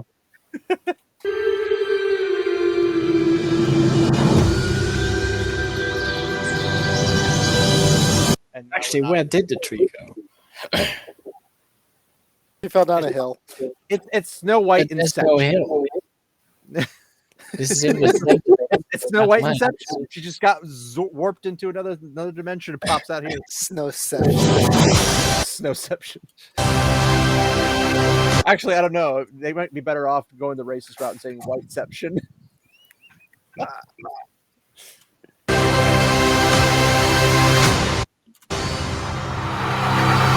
Eat it, eat it, eat it. Okay. Was it just me? That's what Or he did said. everything in that last shot look CGI? Yeah. I wonder how much of this movie they had to reshoot anyway. Honestly, I think the best part about the movie is going to be Gal Gadot for obvious reasons. Yeah. I don't know if she's considered necessarily a great actress, Gal Gadot specifically. She's not. She's not. But- Her accent holds her back so badly. She's Well, like Halle Berry. but- She's very Charm. beautiful, just terrible actress. Boobs. Yeah, Yeah, I like- would do it. We that's call like- it that's breast like- magic. Breasticles. Breasticles. Well, Is this you know, Flash kids. Gal Gadot isn't the most shapely woman, but she's very beautiful. Like Oh, yeah. she really is. She's just very feminine. She isn't the biggest butt, biggest And I think boobs, that's but probably she's the thing very about beautiful.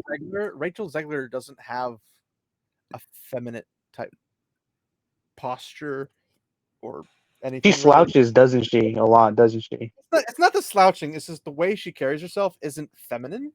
It's more manly. Well, yeah. Whenever she's like always making weird faces, turning her head and stuff, and going like weird, like Yeah, that's it's just obnoxious. That's the thing. She got them crazy eyes. Yeah. She's the ex you never want to have. No. Yeah, But, no, that yeah. would be a nightmare. Fuck. There's I'm sure that's going to be a bit of a disaster considering they seemingly thought the heat was all going to go away, and I No. don't think that heat's going away. The internet does not forget. Sometimes it does. No. Who it is. No, it really doesn't. The fanboys will forget because why wouldn't they? No, Yeah, they don't care. They will remember. Fan toys, yeah. The soy boys. the soy Yeah. boys. But yeah, that was all I had on the docket specifically for today. Unless you guys had something else, we're about hitting the 2-hour mark.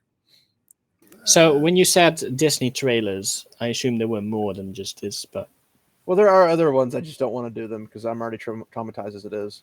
that's fair. That's fair. No, you're getting Well, tired of trying to wrangle this conversation with three random dudes constantly talking over each other. Don't lie There's to that. us. Yes, you are the problem, don't you know, Chris? I always No, am. it's just normally I go for my 7 hours and I drag Sage along because he never has anything else to do. But I don't want to take. Well, I do have stuff to do. You don't have anything, Sage. Shut up. But but yeah, like I mean, unless you guys can think of something you want to like really touch on because you're like just absolutely have to get it on the table. But I mean, the only thing that's currently popped up was the fact that the Australian breakdancer that everyone like has been Oh, talking about Oh recently. yeah, fuck. Immediately full of corruption, that breakdance whole thing. and stuff. Holy. The whole thing. That woman cheated out so many better dancers just for her own personal gain. What the fuck? Yeah. And she then said, I can't believe I got zeros. Like, what? she did not have the fluidity to be a breakdancer. Fluidity. Like, she had nothing. No. My first dog had seizures that were better choreographed than that. Oh. Yeah. But no, like The memes are great though. it shows her doing her quote unquote breakdancing, and then it shows her this other guy that's like her opponent. He was like fluid, like everything Yes. went into something else and just kind of went into something else, and he was doing stuff. Hers was like an old lady trying to do like slow motion, and it was just like I could do better breakdancing. I don't know how to breakdance. Like it's just not, I'm not that kind of person who has that ability, and I could do better. she's trying to be the Andy Warhol of breakdancing.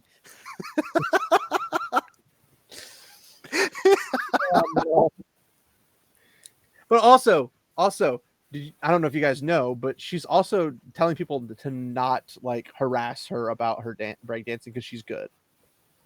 Wow. No. Would you believe No. that she is a college professor? Yes, absolutely. Yeah, she is. Yeah, probably. In Australia? Oh, yeah. She's probably. Australia doesn't That have was- a penal colony. Of all of that, that was the most wild thing I found out when I was like, I'm curious about what's going on with this. Did a little bit of digging, found out she's a college professor of cultural movement or some shit. And I'm just like, Makes perfect sense. Yeah. Yeah. she has a Like- PhD in cultural movement. Cultural movement. Nah. You just like walk down the street. That's cultural appropriation. The Aborigines did the walking before you did. But like, There was a whole Here, group let of- me turn on no clip and just T-pose through the sky, okay? That'll fix everything. Yeah. that personally, the works. first thing that came to my mind, the Ministry of Silly Walks. That's the first thing that popped in my head when she starts doing the whole like I got kangaroo corrected. weird thing. When I saw her do the hops, like, oh, she's bunny hopping. What the hell? Like, I got Yeah. corrected. No, she's kangaroo hopping. Oh, Well, okay. it's Australia. They're not known for their bunnies. They're known for their kangaroos. Yeah. I thought they were known for being God's dumping ground for all the misfit creations. Yeah. That Yeah. too. God, misfit toys. You know what's funny though is I personally believe that breakdancing video, because you can see it like on Twitter and stuff, you just can't see it on YouTube because copyright strikes and everything. I can't show it, that's why. But that video is evidence and like definitive proof Australia isn't real. I got Yeah. a couple of I the can handful of see that. Australians I know through Discord. They're just They my think, imaginary they thoughts. think they're in Australia. They're actually in New Zealand. Like, they're not- Australia doesn't exist, right? That's the whole flat Earth thing. One of the best comments on it that I saw was, remember when everyone was saying that we should put a normal person in each Olympic event so we have a measure by which to see how good everyone's doing? This is what happened here. This No. is not the A normal first time person this would has do happened. better. This is A like the normal person- second time I can think of this has actually happened because there was the women's skiing event. It was an American. She got in. I can't remember which country she is, like one of the East European countries, I believe. But when she got up there, she made the competition, and she just went down the slope and just did quick little simple things. She wasn't doing stunts or anything. What she had done is she found a loophole in the qualifications and basically entered every competition where basically it was less than 30 women were competing, so she could just rally enough points to actually qualify for the Olympics. She spent 4 years doing this, and when she got up there and everyone saw her actually compete on the stage, going down the hill, like, she's not doing anything. What's she doing? She's like just a regular skier, and that's what it was. She was just a regular skier. I And wonder how this- the dealt with that because Yeah. I'm sure that wouldn't be a very good thing. Do you for need to her. do anything special though? I mean, isn't Well, but imagine the amount of athletes that are like actually waiting to get to the Olympics, right? Yeah, okay. And then you're like knocking them all down the pin line just so you can get into the Olympics. Like, I was in the Olympics. I'm like, did you win anything? No. I got Then the why last. did you go to the Olympics? Like, it's the same thing as like I went to the Olympics and I didn't win. Is the same as I'm first place loser. That's basically what it is. It's like second place is always first place loser. Yeah, I guess. Either win or you don't is the concept in competitions typically. But then they're like, oh, we got first, second, third, whatever. But every time, and it's the same thing with like the boxing thing with the two guys. That now here's the funny part: the two guys, according to like the actual world professional boxing organizations, are guys, and they're like, we don't deal in politics. They didn't pass the tests to be on the women's because they're not women. They go to the Olympics, but the Olympic Committee doesn't do that. They say, oh, you want to be a woman? You can be a woman. You can fail the gender test and still be assigned into the woman category. And if you are obviously delusional enough, you can always believe you're a woman and get mad at everybody. Like, you guys remember It's Ma'am? Yes, I was literally thinking just Who that. doesn't? It is ma'am. Like, they have a whole song meme and everything of it. It's freaking ridiculous. But that's the thing. So you can be completely delusional and say, this is the way it is, when it's actually not. But they can get you in. And that's the thing is, both of those guys knocked two actual women off of that actual podium. Yep. So South Park called it. South Park usually does.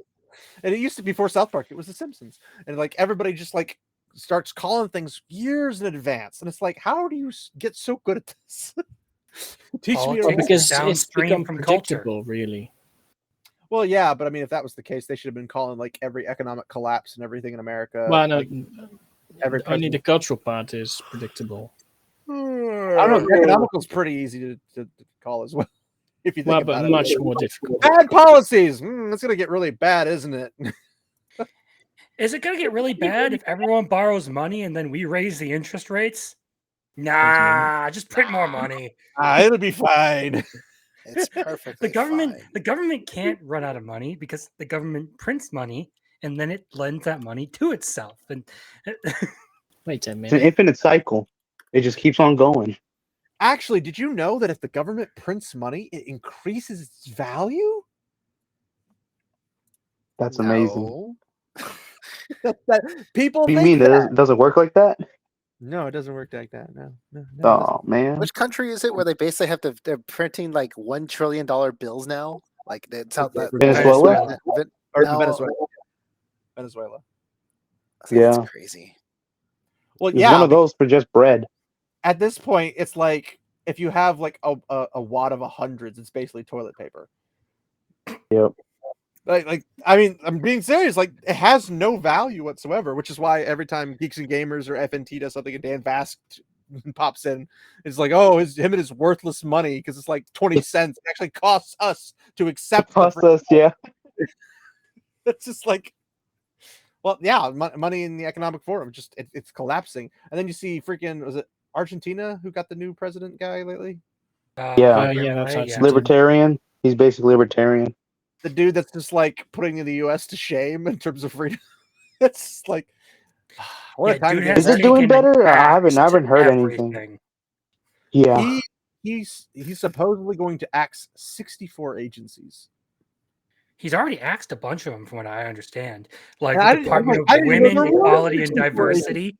How many agencies do we have in the United States? Too many. Probably hundreds. Too Yeah, much. Hundreds.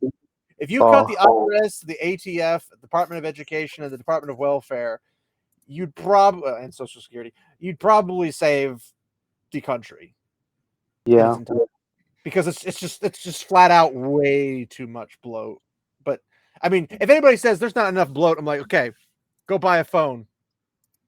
All that app that's bloatware, you're stuck with it. Notice how your phone sucks because of that bloatware? Welcome to America. So that's the short, easy way to say it, but it's all depressing. But anyway, anything else you guys got before we want to jump out of here? Nothing that I'm not saving for my mockery session on Saturday. So come on, let us in on the I'm secret. good. It's nice to be here. Yeah, Chat yeah. random stuff. Yeah, it's nice to have you guys. It's always nice to have fresh blood. I need a drink every once in a while. What? For me to start making dinner, so I can enjoy myself. If there's one thing Alucard taught me, it was drink while you can. Yeah, that's good advice, probably. So, yeah. I know, Sage, you got nothing coming up, so we'll just skip you. Yep. Crimson, what do you got coming up besides? Well, I need to get to finishing the final edits on my next video, which should be out in the next couple of days. Keep in mind, this video doesn't show up until Sunday. So. So if you're gonna say something like, "Oh, it's tomorrow," like they're not gonna know that. But yeah. But otherwise, I mean, I usually just talk like anime news, make fun of bad takes from fandoms and stuff on Saturdays, and I always appreciate the views for the live streams and my videos at Crimson Law. So yeah, I'll if you send me a link, I'll throw it in the description and everything. Right, I guess invisible voice of God, Kaze. What's up? You got anything going on? Nothing at the moment. Just working and working. That because it sucks. If I ever get anything that comes my way that goes crazy, then yeah. But you'll find me posting random stuff, talking about whatever the latest chapter of whatever, like Sonobisk. But where are they going to find you? Oh, I guess I'll post my Twitter. Send me this stuff, and you can say it, and then send it to me, and I'll put it in the description. But so you actually have to, it has to be a direct link because I've been shadow banned for years on Twitter. You can still say it so they know that they're the right place if they click the link. So yeah, okay. So I'm on Twitter at CauseCloud. Been posting art there. I usually repost art. It's not very, very not safe for work stuff on there. So yeah, just expect to see boobs. It's furry, isn't it? Oh God, no. I haven't sold myself out to that yet. Yet being the key word. There is a limit. I see some of that stuff that I've seen. I've seen some things that people come to me asking for free. Hey, you do requests? Yeah, from time to time. Can you do this with this with this? Like, oh dear God, no. I will. If I do that, I'm going to charge you 3 times the price because they do have a limit. Because the trauma I have to experience making this for you. I have to pay for therapy somehow. Therapy is expensive. But yeah. All right. Well, I'll throw that in there with an NSFW for that. You have been warned. Yes. All right. And last but not least, the hat that smiles back. What do you got, sir? Nothing. I just like to keep stuff private. So Yeah, but I'll love to do this again whenever you say, I'll join in on it. I do this every week, same time. Every week, same time, and it just depends on what the topic is. If you guys are interested in joining us for our Tolkien Society stuff, just so you can see the crazy stuff we have to live with, you're more than welcome to join. Make sure to bring drinks, though. Yes, bring drinks, Crimson. You'll need it. I was about to say it might be a little too big brain for me. I'm really just like, man wield giant sword. Okay, cool. I mean, if you can handle anime storylines, it's not that bad. But this is more of how people insert like a political opinion into a work. So like if you took Berserk or whatever your other favorite animes are, and then somebody just totally like blipped it or whatever, that's basically what it is. Like if what's your current favorite anime? Maybe I know me. Yeah. Naruto. Okay, so let's say we took Naruto and said now he's and made it Boruto. Yes. Yeah, there you go. Naruto turns into Boruto. That's perfectly fine. So Naruto turns into Boruto, and you'd be like really upset, would you not? I am really upset. Yes. So I make it a part of my personality to hate on and shit on every piece of Boruto media I find. So now imagine if they did an entire 30-minute seminar. It's technically 18 minutes or so, but 30 minutes for after the questions and everything. 30 minutes explaining how they screwed up Naruto and turned it into Boruto. That's the Tolkien Society seminars we've been doing. Okay. So you can at least pop in and see if you enjoy it. But I mean, it's a ride. It's a ride. But yeah, that's something we do. And then basically anything else. And if you guys ever come up with something that I don't know about, I'm also happy to throw that in there, because if we do like a Tolkien Society thing, that can last 6-7 hours if we really get into the weeds. But you'll at least learn something. I guarantee you that. There was one of the seminars that was actually interesting. It's the one about just one, huh? One. Well, it was How one many did that we do? Like 10? we're at 10, I think now. There's 15, I think, total or something like that. But there was only one because it was talking about basically the illustrations in the Eastern Bloc of Europe and how they had to do them a specific way to not evoke emotion and stuff like that. Like, it was really interesting. Kaze would probably love it. It's on the channel if you want to go see it. But it's the only one with when you have the thumbnail, it's the only one with 10 out of 10 on it, because it was the only one I actually like enjoyed, because it wasn't political in terms of like, you know, blue-haired people or far extremist or anything like that. It was literally just this guy giving a presentation about these couple different artists, the 3 artists. One was Ukraine, one was it Czechoslovakia, and I think one was Russia. I think There's one was 3 of them. Polish, right? No, because the Polish weren't No? under Soviet blind for a while. I don't know. Not during that time period, I don't think. Were they? I don't know exactly what time period it was. It's been a while since I've seen that. Probably 60s and 70s. But either way, basically it's talking about like they couldn't show emotion or anything that would like incite people to like feel. If you've ever seen the movie Equilibrium, that's basically what it's like. With Christian Bale. It's a fantastic movie. But yeah, so like essentially how all this stuff happened, it showed you the different artworks, and it looked like a kitchen, like tiled sink, bathroom kind of thing, like tiled walls and everything, because they couldn't do anything to evoke emotion, but they also needed to be able to illustrate a concept. So they had one with the Barrow-wites and the hobbits and everything. And it was a very interesting one. So I actually enjoyed that thoroughly. I'm pretty sure Sage and Matt also enjoyed it thoroughly.